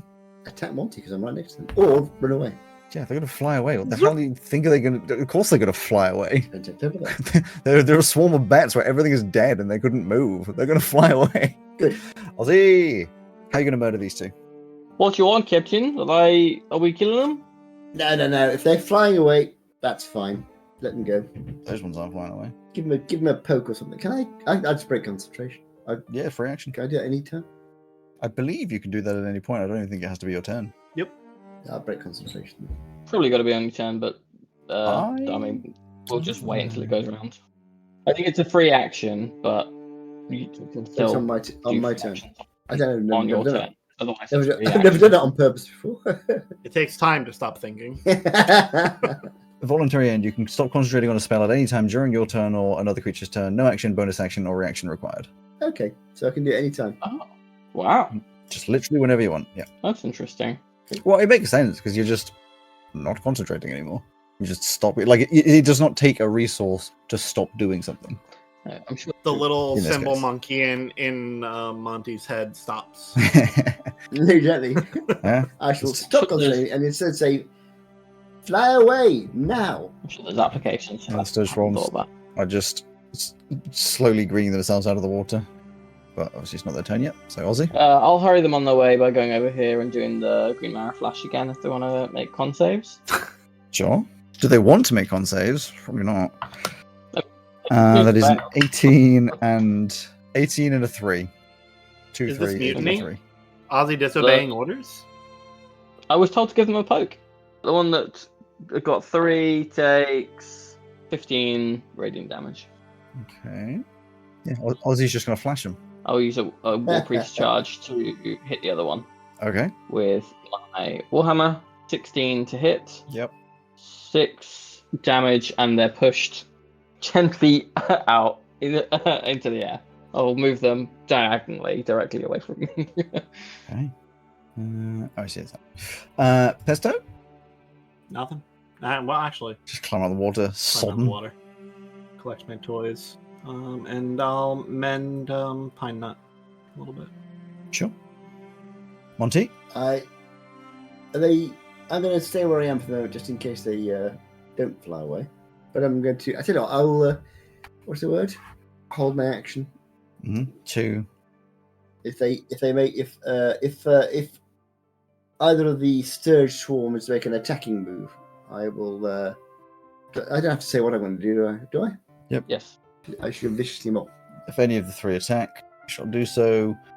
3 is going to Scarpa, whatever it's about there. Is Ozzy going to do a opportunity attack? No, we were told to let them go once they were moving. I'm just checking. In which case, there's no point in rolling through the initiative because they will just flutter. They're all just going to flutter off into the night. Gonna come back with their friends. I know it. Exactly. I shall move back. You don't need to move on the map anymore. Why have I got a great big aura around me? Because your Oh. sword is on fire. Oh, yes, I've forgotten about that. Yes, that's right. You all clamber out of the water. To some of you, slightly more injured than others. Niffy is a little cut, but not very much. Grimman just has a bunch of dents all over him. And Krep clambers out from underneath the carriage, just dead bodies kind of lying everywhere. So, Grim, of course, still looks like a Torek. Yes. Yeah, Captain, what are we going to do about that? I'm not 100% sure that it's Grim. I think Grim might have drowned in the water. No, that is Grim. I'm not convinced that I can drown. I don't breathe. You could get stuck, though, because you're quite heavy. That's true. I can fly, so unlikely. There you go. Just to help Ozzy, would you mind just taking off and then landing again so he can see you're actually you? Because I know what Ozzy's like. He likes a bit of proof. He's currently floating above the water, so. Oh, there you go. Or So, they would have I don't floated think inland. Starks can do that. Yeah. So that's Grim. But well done for not attacking indiscriminately, Ozzy. Thank you very much for that. I never attack indiscriminately. Good. I always discriminate very intentionally. Good. I think. Yes. Good. All right. Everyone get back to bed. Right. I'm gonna Ow. look to Kirk under the carriage and Yeah, say, "Is he's- there anything valuable He's crying out. with these things? Well, it depends what you count as valuable. Useful parts." Useful can be remedies and some minor things. Nothing crazy. Though I do not know how much these things are worth in the mainland. For us, she's meat, maybe. I more so meant for your people. Yeah, slightly. It's not. We do not hunt them. Okay. Fair enough. Fair enough. Hey, Grim, do you feel better if I do this? And I will cast Salve the Soul to potentially heal them 2d4 plus 4. You salve the soul. There's a bit of a glow, and none of the dents or anything disappear. I do not. 7 healing if it is not just a non-visual thing. I can't see because you've got all of this fur on your armor, but that's good to know. Mm, Like, what if we mend you? I don't know. I will spend a minute to cast Skeletal Stitch. Mending. So the answer is yes. I'm just trying to work out general rules on mending spell healing. If it helps, the Battlemaster companion gets healed 2d6 from mending. Yeah, I'll go with that then. Right, I can't see if that's doing anything because you've got all this hair on. Does that make you feel better? Or do you want to roll the dice? No. Since you cast it? 9. I mean, feel a little better, I guess. All right, okay. Not a lot. I guess everyone wants to go back to sleep now. Well, I would like to. I appear to have a few broken ribs and things. So I wouldn't mind having a little lie down. It's fine. Well, if I'll they're keep still pushing watching. in the morning, Captain, I'll give you some medical attention, but I'll prescribe a good night's rest. I think a good night's rest will do me. I have a little bit of healing myself. I could, but I think I just lie down. I'm sorry, chaps. I'm afraid I'm not going to be able to play my my drums this evening. Though I may have to. Oh just go to no! sleep. Whatever will we do? I'm sorry about that. Would you like me to do that for you, Captain? No, thanks. Ozzy, it's very kind of you, but I think I just need to get some sleep. I'll see you all in the morning. And you rest. Rest. So it was Niffy's watch. It would be like early hours of the morning. It was Niffy's watch. You have already done a watch. Ozzy's done a watch. It's just. I've already changed shape. Yes. Yes. Yes. It's just Pesto who's left to do a watch. So Sure. Niffy's watch comes to an end, and she just wanders over, just not like hard, just like baps you on the head, and then just walks off and goes to sleep. I don't know what that means, but I need to stay up to fix Basil anyway, so. Like you would have gone back to sleep for a little, like an hour or so, Oh, okay. and then you wake up, and the two of you and Grim. If you're fixing Basil, then I'll just do Grim watching out, and he doesn't call anything out during the wee hours of the morning. And just as the other way round, when the sun's just suddenly set, the sun's very quickly just There's light in the sky, blazing down. Anyone who's sleeping outside, it's suddenly like, oh, it's awake time. Do we get? Is that a long rest? Yes, you get the long rest. I think there's technically rules on being disturbed during a long rest. Don't care. Get your long rests. I feel much better this morning. Anyone fancy some bagpipes? Nope. Oh, if you want, you can. All right, I'll get my viol out. Got to bear in mind, he's actually very good at playing his Yeah, I'm instruments. going to be real. There's very Even few the occasions even the that I bagpipes. want to hear bagpipes. Yeah, it's literally just the choice of instruments. Okay, in that case, he will get out his lute, Yeah. which is a little bit more. A viol and a lute are fine. Bagpipes and drums at night. But to be honest, he's not very good at bagpipes. He's still just trying to learn this. You probably haven't noticed that, but Yeah, too distracted by the sound of bagpipes. Bagpipes in specific situations, I do not mind the sound of. They can be lovely. If I was trying to sleep, I would hate them. I would tend to agree with that. And drummers are most of the I time. think you always need to be aware that you're going to be in a situation with bagpipes. Yeah, to you don't want to be enjoy them. surprised by bagpipes. Yeah, surprise bagpipes are never good. No, nobody likes a surprise bagpipe. Nope. Unexpected bagpipes. That's got to be a name for a group, surely. The unexpected bagpipes. I'm sure it is. But nobody likes a surprise bagpipe, either in the musical instrument or while someone's decorating cakes. So anyway, Certainly not. you've woken up in the morning. Are you continuing on, getting the colofu out of the sands? Yes. Yeah, I think so. I'll have our I'll breakfast. do a little dance. Yeah. Feeling relatively better. Is there any spells in that before we sort of move on that you know that you want me to prepare, either of you? Not specifically. Oh, I've got the food and drink one, which I guess I'll cast now because Yeah. You know what? we need that every day. I don't know any that I want you to have, but I do know that I want to cast Aid. Okie dokie. How much extra HP are we getting? Probably going to be me, Monty, and Ozzy, Mhm. since those are the players here right now. So everybody gets an extra 10 HP now. Lovely. I'm going to cast it at level 3. Awesome. Nice. You That puts me Yes, over sir. 100. It does not put me over. And that lasts for 8 But hours. Not far off 100. Okay. Which is not bad for a bard. And you set off, presumably through the only other exit of this oasis. Having, I'm sure, filled up on some water, had a nice little morning, had some breakfast. I'll go over and have a look at the giant Korek. Okay. It's very dead and getting slightly stinky. Exactly. Yeah.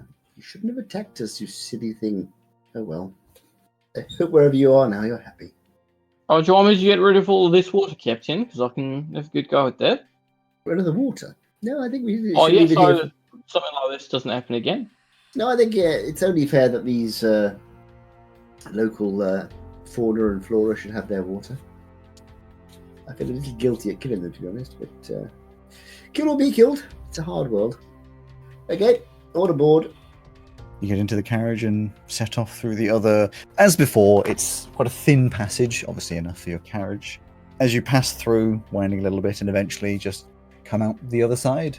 These rock faces, giant rock faces left behind you as you exit back into this enormous plain of sand in front of you. Oh, whose faces are they? Are they familiar faces? Because then all around us would be familiar faces. Sort of worn out places. Are they 3 of the 4 presidents on Mount Rushmore? Yeah. Are they those Probably faces? Elven Kings. Are they those rock faces? Why 3 out of 4? Because he said that. Oh, wait. I don't know. Because for some reason I thought he said there are 3 rock faces, and I don't know. I psyoped myself. I was wondering if there was just one that you really didn't like and therefore didn't want to include, but hadn't said I mean, which one it was. All of Mount Rushmore sucks pretty bad, but it's the only rock faces I could actually come up with. So Well, the rock itself, I believe, was like a super duper religious rock for the indigenous people. yep, It was, exactly. it That's why it was. sucks. That's right. And then, It's like, no, we've got to take our presidents there. which is insane. There's another one, isn't there? There's a. We're not getting distracted by this. We're not getting distracted by this. We need to move So- forward, there's a otherwise all re- we've done this time is a fight. Move I forward, guess otherwise all we've done this time is a fight. Dragon heads also count as rock faces because Okay. they're made of stone. It's another day's travel. across the sands of the Kavir as you move closer and closer towards your destination. There is little to see, just as before, the orange dunes shining in the blazing suns, with only one minor event of note during the travel. As usual, I will roll who is indeed on the top. It is going to be Niffy and the captain, as you're just trundling along the sands. Reminiscing about the old days on the trading ship. Yes, exactly. For the second time, there is a rumbling in the distance as the ground starts to vibrate. The surrounding sand shift and dance again, the dunes smoothing out with the vibration getting more and more aggressive, when suddenly, just as before, it stopped. Was it coming from any particular direction, or was it just all around? No, it's like an earthquake.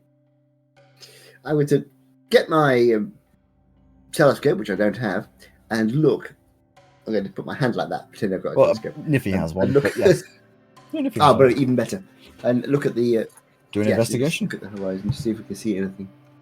In the investigation, I can't really use my... No. You're specifically not looking at something close up. You're looking at something Exactly. on the horizon. It would be a bit tricky to do that with. You would need the eyes of our seeing to see out there. I get it. My new minute. Yeah, I get it. Thank you. Thank you. Thank you. Natural 20. A natural 20. I've done one of those phrases. I'd say you swoosh around, just looking in every single direction to see if anything looks different. It's very hard to tell, but in one direction, let's say east, I know it's a natural 20, and this is giving you the natural 20. You cannot tell if it is just heat haze or sand vibration in that direction. It could be that there's like a tremor that is now over there, but there is a very serious chance that it's just the heat coming off the sands is making everything look a little wibbly wobbly. And of course, at that point, it then is the heat haze, because if it was tremors, it would have gone. So it's very hard to tell. Maybe you're like a 25% sure, well, no more than that. Let's say 50% sure that there was some tremors over there, but not sure enough to be like, that's an actual fact thing that happened. So it's possible. Maybe if you flew up in the sky, you'd see something moving. Like maybe it's like a scale thing.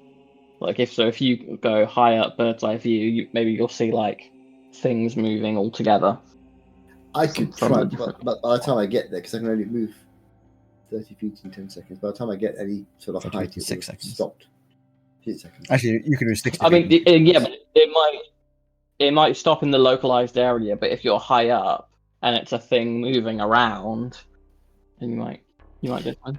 I will just see. Would Monty think of that? Because his intelligence is nothing. That's a good question. And the answer is he did think of that. Okay. So he's going to go, hang on a second, start heading upwards, just looking around to see if he can see anything. You go 10 feet a second directly upwards, which is actually relatively decent. It's not fast, but it's all right. Not bad. It's like, okay. Niffy just keeps the carriage going, because it just slowly trundles forwards. Yeah. And you go up. You look down. Do I notice it's moved away when I come back down again? Is your flying speed only 10 feet? No, I said 10 feet a second, because it's 30 feet around with of course. a dash. It's 60 feet per 6 seconds, so it's 10 foot a second. That makes sense. So you get really high up, and I'd say, I don't think there's a limit on how high you can get up. Depends how far you travel, how long you travel for. Is there a block height? I would just go. Because so every 6 seconds you can travel 60 feet, which means in a minute you could travel 600 feet. I mean, I doubt I'd go more than 100 feet up. From 100 feet up, that's a lot of sand. There's a lot of sand. Yeah. Like you can see the Dunnock Pass in the distance, vague bits and pieces, every now and again some slightly larger rocks and things, but you can't see any vibrations or anything, or like significant movement traveling around. I shall head back down again. You start going at an angle back down towards the carriage, which is going ever so slightly faster than you. Here I come. And then... And just as I'm about to arrive, if he attempts to help me by stopping, and I go straight into the back of the spiders. Sorry. Into the back of the carriage. Yeah. The only other thing of note, as you travel across on this day's travel, I know I'm skipping across the day, but there's a lot of sand. So this day's travel is something that usually would not stand out. But Aussie and Aussie You're sitting by yourself up at the top. You see out in the distance a pop of green. Just a tiny touch of green in the orange. It wouldn't usually stand out, but considering how orange everything is, very unusual to see green. Maybe the size of a person. Quite far away. I shall notify the crew. Yeah, you speak down the little tube to those inside. All right. Hello. How's it going, Ozzy? Nice out there. Oh, there's like a green thing. A green thing. Yep. Green. What sort of green thing? It's like around my size. Run them down! Just kidding. Oh, how close? I don't have eyes, so depth perception has never really been my strong suit. At least 5, I guess. It's like a bit away. I'm much more used to telling distance with leagues at sea. Like the nautical mile. It's quite weird on all this sand. If we were at sea, how many nautical miles would it be, roughly? Oh, like half. Ah, okay, that gives you a feel. If we're at sea, how far away is it? Exactly 326 feet. 326 feet and 2 centimeters. We'd get there pretty quick if we were at like 20 knots, so like a little bit faster than we are now. Do you want to hold on for a second, Ozzy? I'll come and join you.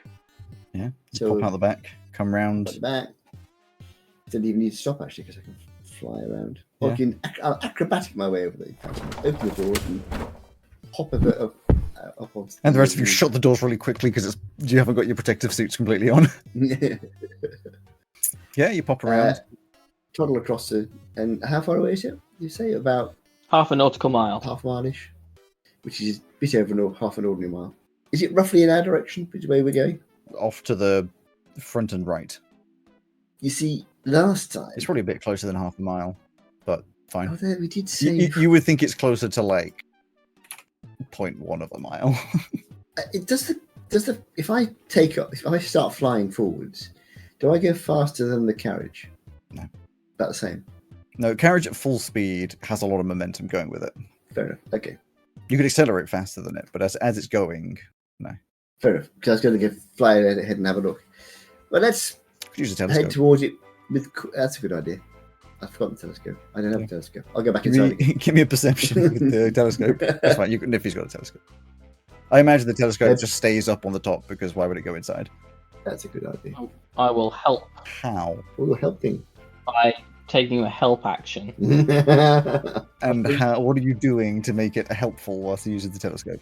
I've notified him of the existence of this thing and pointed him in the right direction and given him a rough distance. Sure. Well, I think Look that way. He pulls out the telescope, pointing completely the wrong way, and you're like, nope, that way. Wait, oh, there it is. So that is 14. 14's fine. You see in the distance, green and standing out against the rest, 3 cacti. This. 3 cactus. You can see that they are tall, slender, deep green in colour, and there's these little purple flowers sitting on top, these large, spiky thorn type things all over. There's something else on the top around the flowers of like a similar reddish colour, but you can't really see. I'm going to shout down the tube. Karek, can you hear me? He's asking for you. Oh, what does he want? He can hear you. Excellent. I can see 3, it looks like cacti up ahead. Any reason we shouldn't investigate? Any reason we should investigate? Does he know anything about them? The cactuses, purple flowers, There seems to be something on top, but I can't quite see it. something red on top. Yeah, very much. Oh, Captain, those are the Aramis berries that we have a name that Brilliance asked us to pick up. Very much. Oh, right. Yes. What is it? Very much. Berryness, like Christmas, but berry. Yes. Are they going to last if we? I was detect just them thinking now? the same thing. I think perhaps we should. Okay. I think we should make a note of where they are and get them on the way back if we can find them. A good gift for campment. Oh, if your people are without them, then that's fine. Okay, Ozzy, let's head over to the cacti then. Do you think that a young cactus is called a cactot? The cactot. Cactino, perhaps? No. Cactet. Cactet. Yeah. You travel over. It doesn't take very. It's only about 500 feet away. You just travel over. Eventually stop. And yep, there's 3 of them. So it's tall, slender cactuses. These flowers on top of any of the limbs or anything at the top of whatever limbs and main body that there is. This big purple flower, and sitting around are these probably about the size of a squash ball. It's like a small plum or something. Quite large berries. This deep reddish color that are just littered around underneath. It's a bit of an odd format, but they're like underneath the leaves and petals of the flowers. You picking them? Right, so I'm going to call down again, actually, before I start picking things. Yeah, I'm going to ask Carrick. Is there any correct way to harvest these berries? I don't want to get any nasty surprises. Take berry. Just... Don't get stabbed. Cool. Thank you very much. I'll try and do that then. I'll try and take the berries without getting stabbed. Roll 3d10. Yeah, that's a d10. So when you say d10, can I add a flash of genius to this roll? No, because it's not rolling for. It's rolling a number of how many you pick, rather than. Well, that's why I wanted that. But that's adding to skill checks, I believe, and stuff like that. Let's see. What's the phrasing? Because I don't think this would count as an interesting thought. Let us see. Ability check or saving throw. Yeah. I'm not doing like an ability check because they're easy to pick. It's just how many of them there are. Sure. Ooh, 24. That's quite high. It is. It was considering that's a range of 3 to 30. You get 24 berries. Yeah, I know. That was good haul. That was these dice you got me. Oh, very nice. Yeah, you get 24 Beramus berries. Jot it down. Sick. Excellent. I will give them to... No, you don't get 224. 24. They go in the bag. We'll take 224. Yeah. You just keep coming. There's more. How are there more? When you pull one, they just keep coming up. It's like a Pez dispenser. Yeah. And then you get you get back to the carriage, and Turek is just like, haven't you tried? No, I can't say I have. Not personally. We have heard about them. Yeah, we have a few hours left. For the podcast, he's doing that, like pulling the face that's like a. He's putting the face that's like a. All right, you guys good driving the rest of the way?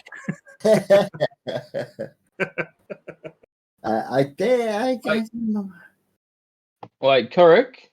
If you're a cop, you have to tell us. What is cop? Don't worry about it. He's not a cop. Yeah, I'm. I don't think what is cop? A law enforcement officer. Yeah, a rule enforcer. Oh, there are no rules. What there are rules? This is not bad rule. He's not illegal. He's not harmful. Not illegal. Not harmful. Not illegal. Not addictive. Perfect. Are they quite strong? I mean, is there a strong effect? You have not had before. Correct. Maybe try a small bit. I think I'll give it a miss for the moment, actually. Right. I think we need a few clear heads around. True. Should we not support Niffy in her sobriety? Fair. Actually, this could be a great replacement for Niffy because they're not addictive. Niffy, you look over at Niffy and she's just like, what? A quarter of a berry already in her mouth. Well, that's not good. Who's trying one? I'm taking one for sure. Sure. I do not eat. You could still have the effects if you wish to, because you are mechanically... He doesn't know that. Fine. Then it's just Pesto, Niffy, and... because Grim definitely can't, so... And correct. Also, I'm driving. Yeah. So yeah, you have one. And it's actually relatively calm and easy. It's just... So it's strong hallucinogen. It's a strong hallucinogen, but it's not like tied to how you're feeling. You're not going to get panic-induced hallucinations and stuff. It's relatively nice. Like a VR situation, things start getting all wibbly and wobbly, and then you start seeing things. Like gentle mushrooms. Exactly. It's very unique for each person as well. So what do you reckon Pesto sees? Like, how do you think that forms for them? I think the carriage becomes the little cave hovel beneath the big oak tree where Sidil is, and it instead of the sweltering heat, it's like a very nice, pleasant warmth. Sure. Just enjoying the time. I won't say what Niffy or Krep are seeing because, of course. I'm seeing many toys as well. Many. Yeah. And then a couple hours later, it wears away conveniently at about the similar time. Still Aussie, which makes sense. And yes, I would not have relinquished it to a person under the influence. And the captain, you two are up at the top. You see, after this long day's travel, the captain's eyes tired, looking at this reflection off the sands, a settlement. Ah, I would blow down the tube, but they don't seem to like that very much. Hello, down in the carriage. Taking me out of the hovel. Yeah, you're just like, huh? Ah. Time has not passed as you thought. We appear to be arriving at some sort of settlement. Well, how's Kirk looking? Oh, he's fine. He probably wore from him like an hour ago. We're approaching. Krep. Krep? Krep. Krep. Mm-hmm. Is Krep. Krep. I say Krep. Krep. I don't think you're excited about it, Captain. They keep yelling crap down the thing, so maybe we shouldn't go here. No, it's good. I think it's the name of it. It's the name of the place, or is that like word for home? Yes. Okay. Name of the settlement. It's Krep. All right, Captain, we've arrived in a crap town. Look at this cripple. Let's try not to stay very long, eh? Well, so from afar, as with all Remkin settlements, not that you know, it appears to be a wild scatter of boulders strewn out without reason across the sands, as though some ancient upheaval had cast them here and left them to bake beneath the sun. Only as you draw near does the illusion begin to fracture. The stones are not merely stones. Edges soften into intention, curves into design. What once seemed random begins to resolve into something deliberate, structured, and lived in. You see a sprawling settlement of domed rock houses. Some are carved from single immense boulders, their surfaces smoothed and shaped by unseen hands. Others assembled from clusters of smaller stones, joined together like mismatched chambers, each forming its own uneven silhouette. There is no grid, no careful planning. It appears as though each structure rests where it will, as though the land itself decided their placement. These rocky forms are not solid. Each has been hollowed, leaving only a thick shell that rises above the sands, whilst plunging deep beneath them, with simple doors and windows. But around these, the illusion of primitiveness breaks entirely. Complex machinery encases the entrances and windows, their purpose clear against the harshness of the desert winds. Elsewhere, stranger additions cling to the stone, spindly antennae reaching skyward, silent units embedded into the rock, each just as complex and baffling as the next, their purpose obscure and unknowledgeable at a glance. Through the occasional open doorway or window, you catch glimpses within. The interiors are familiar, almost disarmingly so. There are little kitchens, lounge areas, beds, and more, all made from a mixture of rock, glass, and technology. And beyond it all, rising subtly from the uneven spread, your eyes are drawn inward. Near the heart of the settlement, large structures loom, still domed, still stone, but much grander in scale. They gather together more tightly, suggesting a purpose. Or at least, that's what you imagine it normally looks like. Okay. Though the structure is the same, the houses are the same, and the general layout is the same, there has obviously been a very recent and aggressive attack on the settlement. Okay. Many of the houses are damaged, technology has been broken or stolen, and the insides have been stormed and raided. All around the settlement are the bodies of dead Remkin and broken mech suits, some piled into giant heaps, others being cleared and moved by the remaining few. What presumably was a settlement of about 1,000 Remkin has been reduced to hundreds. A truly devastating event. As you get much closer to be able to see this, two Remkins approach, putting a hand up as if asking you to stop. We will stop.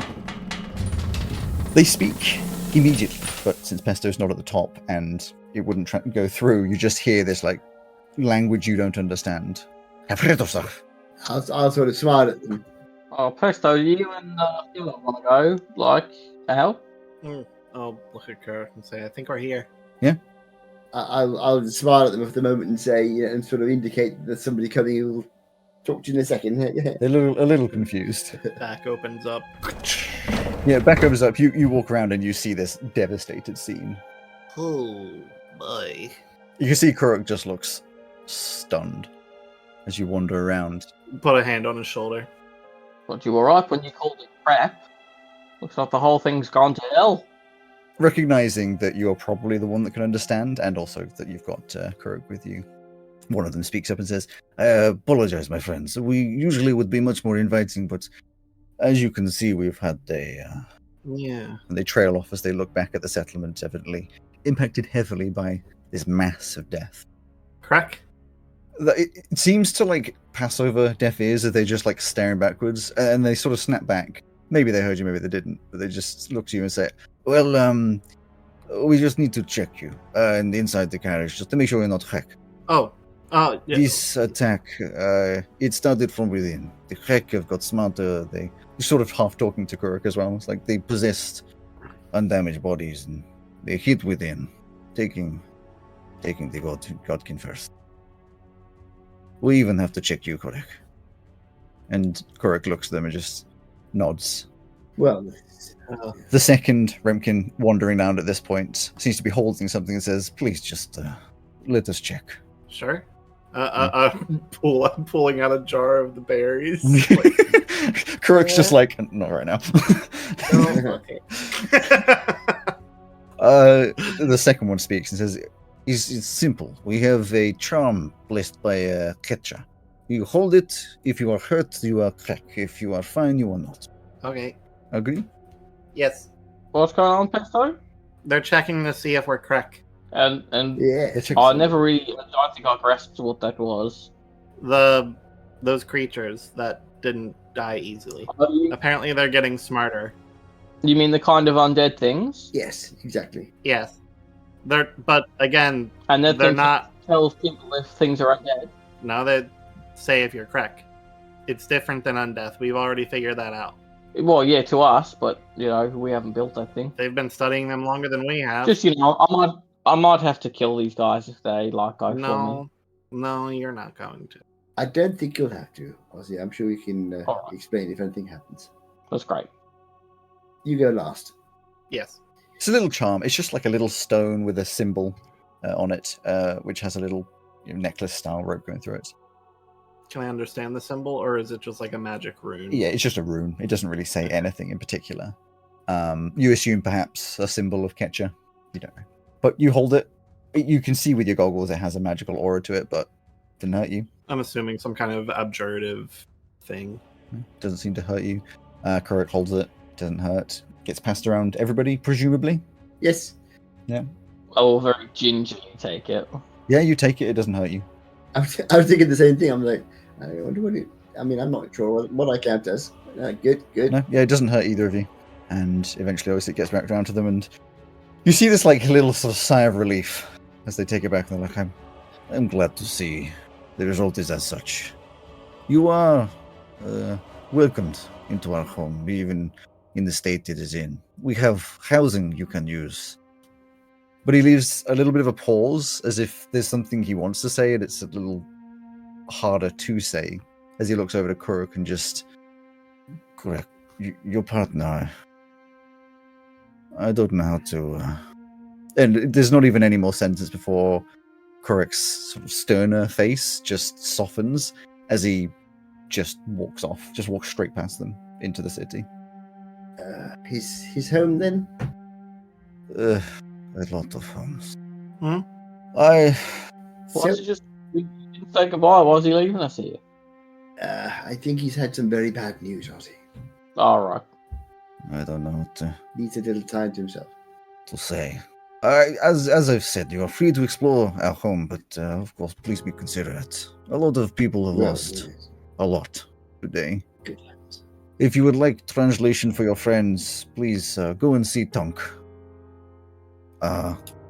She is the Kosharak. You say mechanic of the settlement. Okay, that will be our first stop. Yeah. Thank you for your hospitality.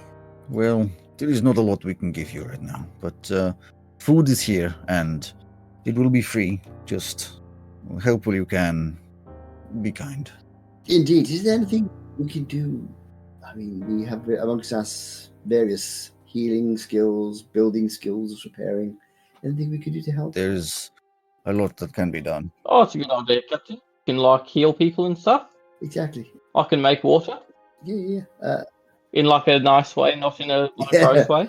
Not in an organic sort of way. Yeah, exactly. Do you have people who are injured who could use healing? Plenty injured. Plenty dead. Is there a hospital or dead? Medics. We do not usually get need for big amounts of damage. I mean, I can raise the dead, but Raise dead, probably not what they're after. exactly. But it's been actually, if she's been dead no longer than 10 days. Wait, is raise dead? Oh, sorry, I'm thinking of animate dead. So no, I can raise them, actually. Animate them all. That's why I was like, oh, Animate them. That'd be great, wouldn't it? Yeah. Old Uncle finally isn't quite what the money was. So how long ago was this attack happened? Earlier today. Oh, today. I mean, what do I need? It's a diamond, isn't it? I don't suppose you have a storehouse full of diamonds, do you? No. Ah, shame. we've got one of them. I mean, I can raise one person. No, I mean, I've been keeping a hold of all these diamonds so that in case any of you die. We must get back to helping. Yeah, we'll Right. find a way to talk. Thank you. Well, Pesto, where all the injured people are, and we can go and help them. Yes. See, the settlement is not made for such a big vehicle. Ah, yes. Is there a good place to keep it? Leave it at the edge of town. It will not be taken. Okay. It'd be hard to take it without the. Right. If you feel unsafe, you're welcome to try and store it somewhere. But we do not have vehicles like this. We can leave Grim with it like we did before. It's fine. Yes. Yeah. Oh yeah, that's fine. I guess I don't get to walk around the town. Liffy's not No. To be honest, fully honestly, I lucid. don't think it's a problem. But lock the doors at the back. Once our trusty steeds have gone underground, no one's going to shift this thing. Probably. Okay. And the two of them just wander off, join the ones that are like helping move some bodies. You can see there's like a bit of a split. There's big piles of Remkin bodies. Seemingly, for now, that's the best they can do. And then there's like other piles of just like other creatures. Some of them seem to be Remkins, some of them seem to be just other creatures. Which, from what you see before, is presumably The attackers. the Krep. Correct. So, Captain, to what extent are we helping them? Well, as far as we can, I suppose. What are you thinking? No, I just wanted to make sure, because I want to help them as well. Yeah, I think we help them as much as we possibly can. Can we see Kurek? No, like he wandered off into the city and you just lost him. And as you are now walking up to, or moving the carriage up to the edge of the city, there's no like routes or roads or anything. Like I said, it's just sort of houses popped around. Gets a bit denser towards what you presume is a center, but other than that, they're just kind of there. I'll release Keffin Stirrup to burrow. Yeah, you'd also notice not a single one of them Yeah. seemed to flinch at the sight of these Colofu. These whacking great spiders. Yeah, exactly. And I'll pull the parking brake on the tank treads. In fact, you see them like they go under the sands, and then as you're wandering in, you see one of them just like pops out, and one of the Remkin is just like giving a little scratch and just like feeding it a little bit. Sweet. I'm going to try and find wherever the injured have been taken. I'll go grab your ears. Yeah, well, I mean, you can do both, or do you want to separate? We might as well. I'll tell you what. We'll chaps, see where you can help. Do what you can. We'll meet back at the carriage at sundown, and then we'll find somewhere to sleep. We don't need to speak to people to be able to heal them, but it might be good if Pesto can just tell them. So let's do that, so that we don't feel bad if someone eats it while we're getting. You're right, Yeah, but we should so- go and see this Tonk, the mechanic, first of all, because they may be able to help us with some kind of translation, I think. Then we can separate. So heading to Let's go and Tunk heading the to Kocharak. Tonk. Oh, it's Tunk, is it? Tunk the Kocharak. Tunk the Kocharak. But I presume Kocharak means mechanic. Yeah, Sure. because it's more fun when there's specific names. Yeah. There's something that I saw, which really made me think. that would be interesting for areas like this, but I'm not going to do it, is if you had, like, let's say, you had a Remkin, let's say, the Kavir would be a bit different, whatever. You have a Remkin and you go over to a different Remkin settlement and then walk in and you're like, oh, what are they saying? And the Remkin you've met is just like, I don't know, they speak a different language to me.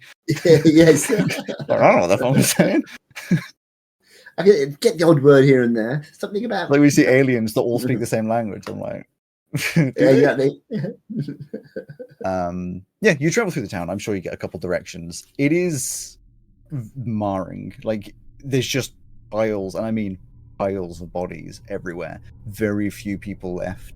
All of the buildings have some level of damage, some worse than others. You can see inside the buildings there's disturbing amounts of, like, blood splattered in places. You can see, marks from bigger sort of explosive type of damages down to much smaller individual type of damages. It seems as though whatever happened here was settlement wide, and this is like a city size. Well, actually no, Town. It would be more like town size, but for them it's city size. But like huge settlement, there's not a single spot that doesn't appear to have been damaged.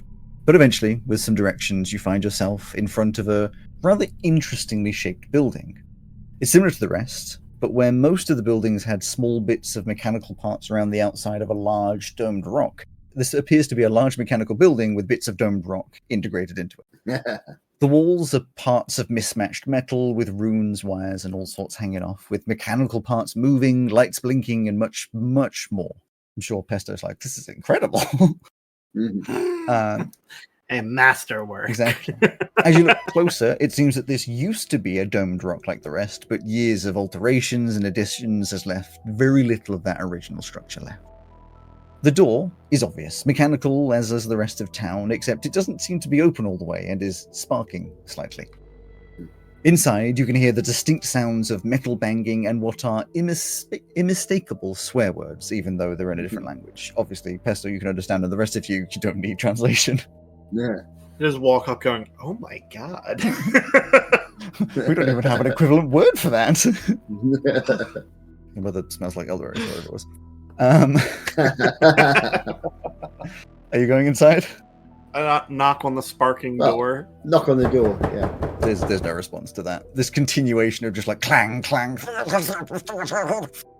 Hello? Hi.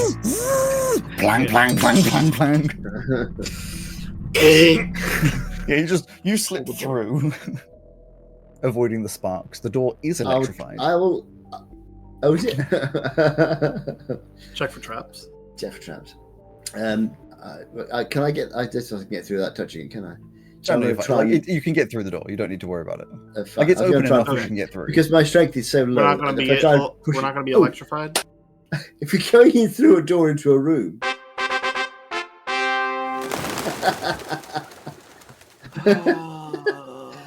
Whoops. Doesn't quite match the tone. I'll wait until the pigeons dissipate to make our presence known. As you enter, you can see that the inside is, in theory, impressive through the feathers. But it is hard to see the impressive through the waves of chaos. Parts strewn about, tables everywhere with projects on, beeping lights and flashing sounds. Yes, I did say that. And a humming coming from everywhere at once. Did you mean that? You said it, but did you mean it? Beeping lights and flashing sounds. I've written it. Well, that doesn't mean that you meant it. No, I did. It's exaggerating. It's exaggerating the chaos. Okay. Yeah. To the left, you can see a pile of mech suits. Some supported in a frame for repairs of some kind. Others in the corner, half broken, evidently needing repair. To your right is a Remkin, dressed in mechanic's garb with big gloves, a leather apron, and glowing goggles, currently shoulder deep inside of a mech suit lying on a table, swearing away as they bash their other hand against the side repeatedly. She seems to see you out of the corner of her eye, especially as you have announced your presence, and jerks backwards in surprise, getting caught inside the mech suit, bouncing back downwards, bashing her head on the table before she scrambles back up, attempting to lean on the table casually, misses it in the process, falls slightly and catches herself before more disaster incurs. She leans casually over one leg, evidently attempting to look cool, and speaks rather surprisingly in perfect common, with a tinge of an accent that Pesto you would think you recognize.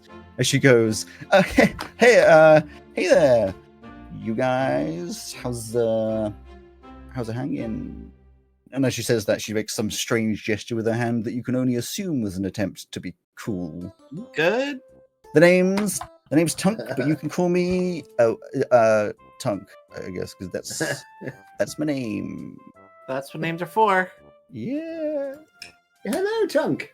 Hey. I'm Monty. This is we're just passing through here, effectively, but very sorry Monty. to see the problems you've had. Yeah, no, not good. Very. We were told to get translation from you so that we can go and help people. Oh, translations. Bear with, just like scutters off around a corner. There's just like this clanging and clattering as things are thrown about. Just wanders back is like, I have, which one of you would like, well, I've got 2 wristbands. This one is a necklace, and one of you is going to have to wear a tiara. I think Ozzy should take the tiara. I'm already wearing something on my head. Oh. I can't really take the tiara because my mask will get in the way. Wait, sorry, how many was that? 4. 2 wristbands, a necklace, and a tiara. Yeah. Okay. We'll just take a wristband each, and we'll take the tiara for Niffy. Okay. But there are 3 of us. Niffy doesn't wear anything on their head or face, as far as I'm aware. Handles them over to you. Is like, they will let you talk. They will translate Remkin to Common and Common to Remkin. Excellent. Great, thanks. Where's all the injured people? Everywhere. Is There's not been like ended up in one place. Did you not see when you were walking past? Well, we saw mostly dead people. Yeah, well, I mean, there's mostly dead people. Is there a hospital or where the injured are taken? Somewhat. I mean, mostly people just go to houses and people help them. We don't have a lot of healing stuff. So let's just poke our heads in. Right. We need to set up a field hospital then, Captain. Yeah. I think we split up and just do what we can. All right. I'll take the west side of town. I'll go north. You need any help here? I mean, I'm trying to fix all of the mech suits. Okay, you're gonna have to explain a little bit, but I'll pick it up. Sure. Right, Cap, if you're taking north, I'll go south then instead of west. Right, bye. You wander out. Righto. I will start yelling at the top of my non-existent lungs. Mm-hmm. Start yelling if you hurt and you need help, especially if you're dying. I can help you. So I think as you wander around, you get a lot of like strange-ish looks, but people are generally accepting that you're there to help, and you use as much magic as you can. There's not many people that are like gravely injured. If you know of someone who's hurt, then fucking bring them to me or take me to them. And yes, you go around healing as many people as you'd like. I don't know if you want to do any kind of role play stuff, but you just wander around. There's some injured people, you get some healing. There's some injured people, you get some healing. Ozzy would be going in a sort of grid search pattern, and being uncharacteristically methodical and even more serious than his usual self, because while it wouldn't show because the rest of you aren't there, he does not like being here. He does not like hanging around, because he has memories very strongly that are similar to this, only having been on the side that inflicted all of the carnage. Yeah, imagine walking past all of these piles just like every single time, probably uncomfortable. Yeah. And they're everywhere. It's like every time you walk into a house, there's probably a dead body somewhere, people dragging them along, people injured, these like severe injuries as well. A lot of people missing limbs, which you can't fix, but you can at least heal. So he's gonna help as much as he can. Yep. Probably tires you out because it is the right thing to do, and he wants to do the right thing. Yeah. But also he wants to leave as soon as possible. Yeah. Monty, I presume similarly, you're just going to go around asking if anyone needs help. Similar idea again. Just I probably wouldn't be shouting so much. Yes. I'll be just looking in. I can also do. Oh, I've only got 3, I think.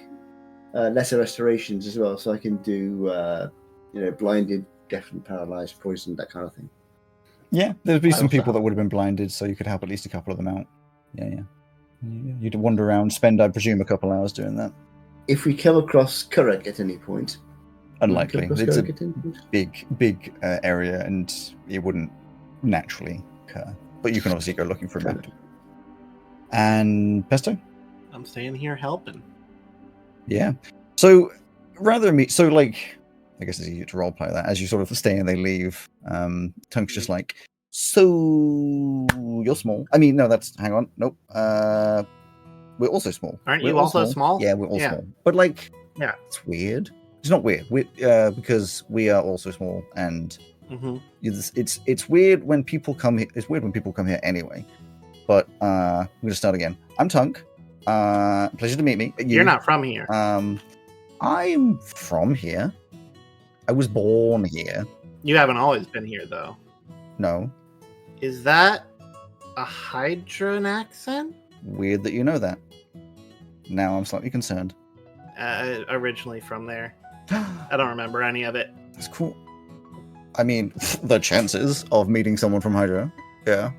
I went. I grew up there. University. Was sent here. Sent there to university to learn. Just gestures wildly.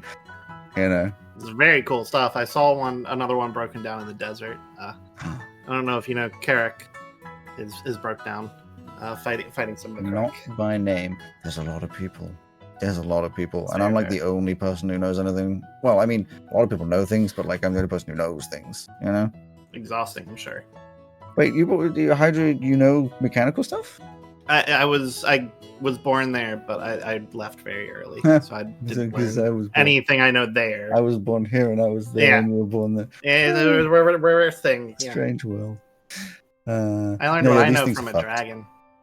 Just blinks. Oh, they're all fucked? Dragon. Yeah, no, well, yeah, they're all damaged quite hard. I mean, like, you can tell what's happened to some of them. Like that one, you can see the middle's missing. And those ones, you can see the limbs are missing. Some of these are, like this one, the one that she was interacting with before, is like, this one, there's something wrong, like, deep inside there. But, like, I can't see it, and it's... I don't know why they put this one together like this, but to get to the part that's in the middle, I'd have to remove everything, and it's just, that's just gonna be so difficult. But like, my arms are short. What if you were just very small? But we are quite small. But like smaller. But my arms are short, and I would ask you to help, but your arms are also short. But I do have friends. I pull out Olive, who's just like a thin little Weasley fella. That's cute. An extension of my hands. They can get in there and do things if they have to. Wait, how personality driven are these things? Olive is more personality driven than the toys are. So you pull out Olive, and Olive, just to piss you off, is just not moving. Just like rigid like a toy. Like that's scruff. Come on. This one has more personality. Is Here, shove it in the hole that they're in. Okay. Then I take control. You take control, and then you search around. I mean, fucking crazy in there, man. Like it's like insane everything. Like the most complex thing you've ever seen, and there's just like wires and runes and stones, and like it's a blend of everything. Okay. There's nothing you've ever seen before. All right, I'm seeing stuff, but I don't know what I'm looking at. Oh, you can. Okay, so like what you're looking for is a repulsatron repulsor, which will be on the left side, probably down near the bottom. There's 3 wires coming out of it. If they've done it correctly, it'll be blue, red, and green, but they probably haven't. So at least look for 2 black wires. If one of them is disconnected, then it's not that one that you want to reattach. We want to put in a new wire that's a blue wire coming from probably the energy source, which you don't have right now, but we can put in place so they can work later. But the issue is when I'm trying to feel down there, I'm trying to feel which of the wires is actually unplugged, if any of them. And you're just looking around, there's like 100 wires. Can I make a check? Like so many of them are broken. You know what? I will. The likelihood is so low, but rolls are still allowed. Okay. What kind of roll you want? Well, it'll be the sort of arcane mechanical stuff. So Arcana, I guess. Not using my goggles, I suppose, since I'm looking through auto. Yeah, she wouldn't be. Natural 19 makes that a 27. I think you have like a very vague idea of what might be. There's a lot of wires. A lot of them are broken, and you sort of vaguely maybe can work out which of the wires she's talking about. Mm-hmm. But it would be kind of like a guess. Like you might be right. It seems to kind of match what she's saying. I think I see what you're talking about. I'd have to take a guess though. Okay, cool. It's already broken, so. All right, do it. You're just like fixing random things and nothing happens. It's like, yeah, nothing's gonna happen. There's no power source right now. Very fair. Well, it might work when there is one. Yeah, I don't think there's going to be a power source for a little while. Ooh, what's the power source? We have like batteries, but they were all stolen. Stolen. Oh. Yeah. So. Yay. Do we know where they were stolen to?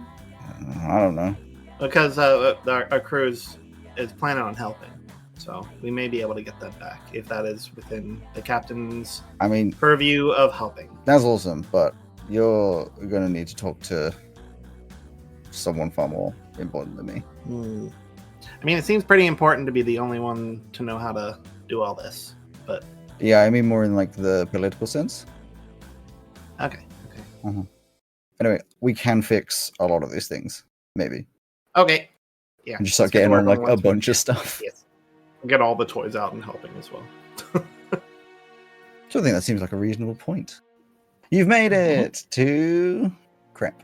We have. Yay! And it's not sad at all. It's horrible. Just like zooming out, the music playing as Ozzy's just like PTSD ridden. Monty is probably quite sad, just generally looking around at the destruction. Pesto trying to avoid dissociating. I was gonna say trying to make it avoid too much seeming like they're having a great time. Because like people are like, this is awesome, and then you remember that why everything's broken. You're like, but getting along well with Tunk, who is an awkward mess of my intelligence. My equal but opposite. I don't know. They're very awkward, ridiculously intelligent. Like you were really good at making things very specific, like different paths of what you can do. But like you get along very well from that side of things because there's an understanding. It seems quite nice for Tunk that you understand at least partially what is being said half the time. It's nicer than what seemingly is the normal conversation where people are just going, yeah, cool, It's broken, fix it, please. Yes. Yeah. I hope you enjoyed this episode of Magic, Myths and Mayhem. Thank you to Dark Fantasy Studio and Nicolas Jeudy and Ovani for the use of their music in this episode. And a big thanks to you for listening. If you want to hear more behind the scenes content, alongside extra art and lore, please consider joining our Patreon by searching Magic, Myths and Mayhem on patreon.com, or watch our extra content and games on twitch.com. For now, thank you for being here, and we look forward to seeing you next time. I'll see you then.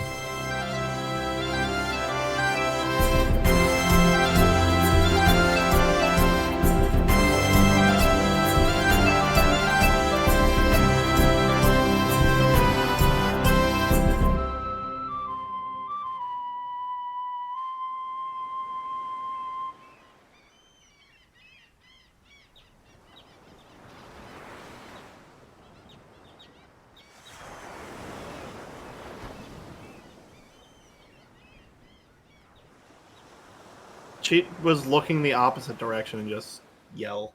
I love every time you point and your cats are just like, hand. Hand. Oh. What is this?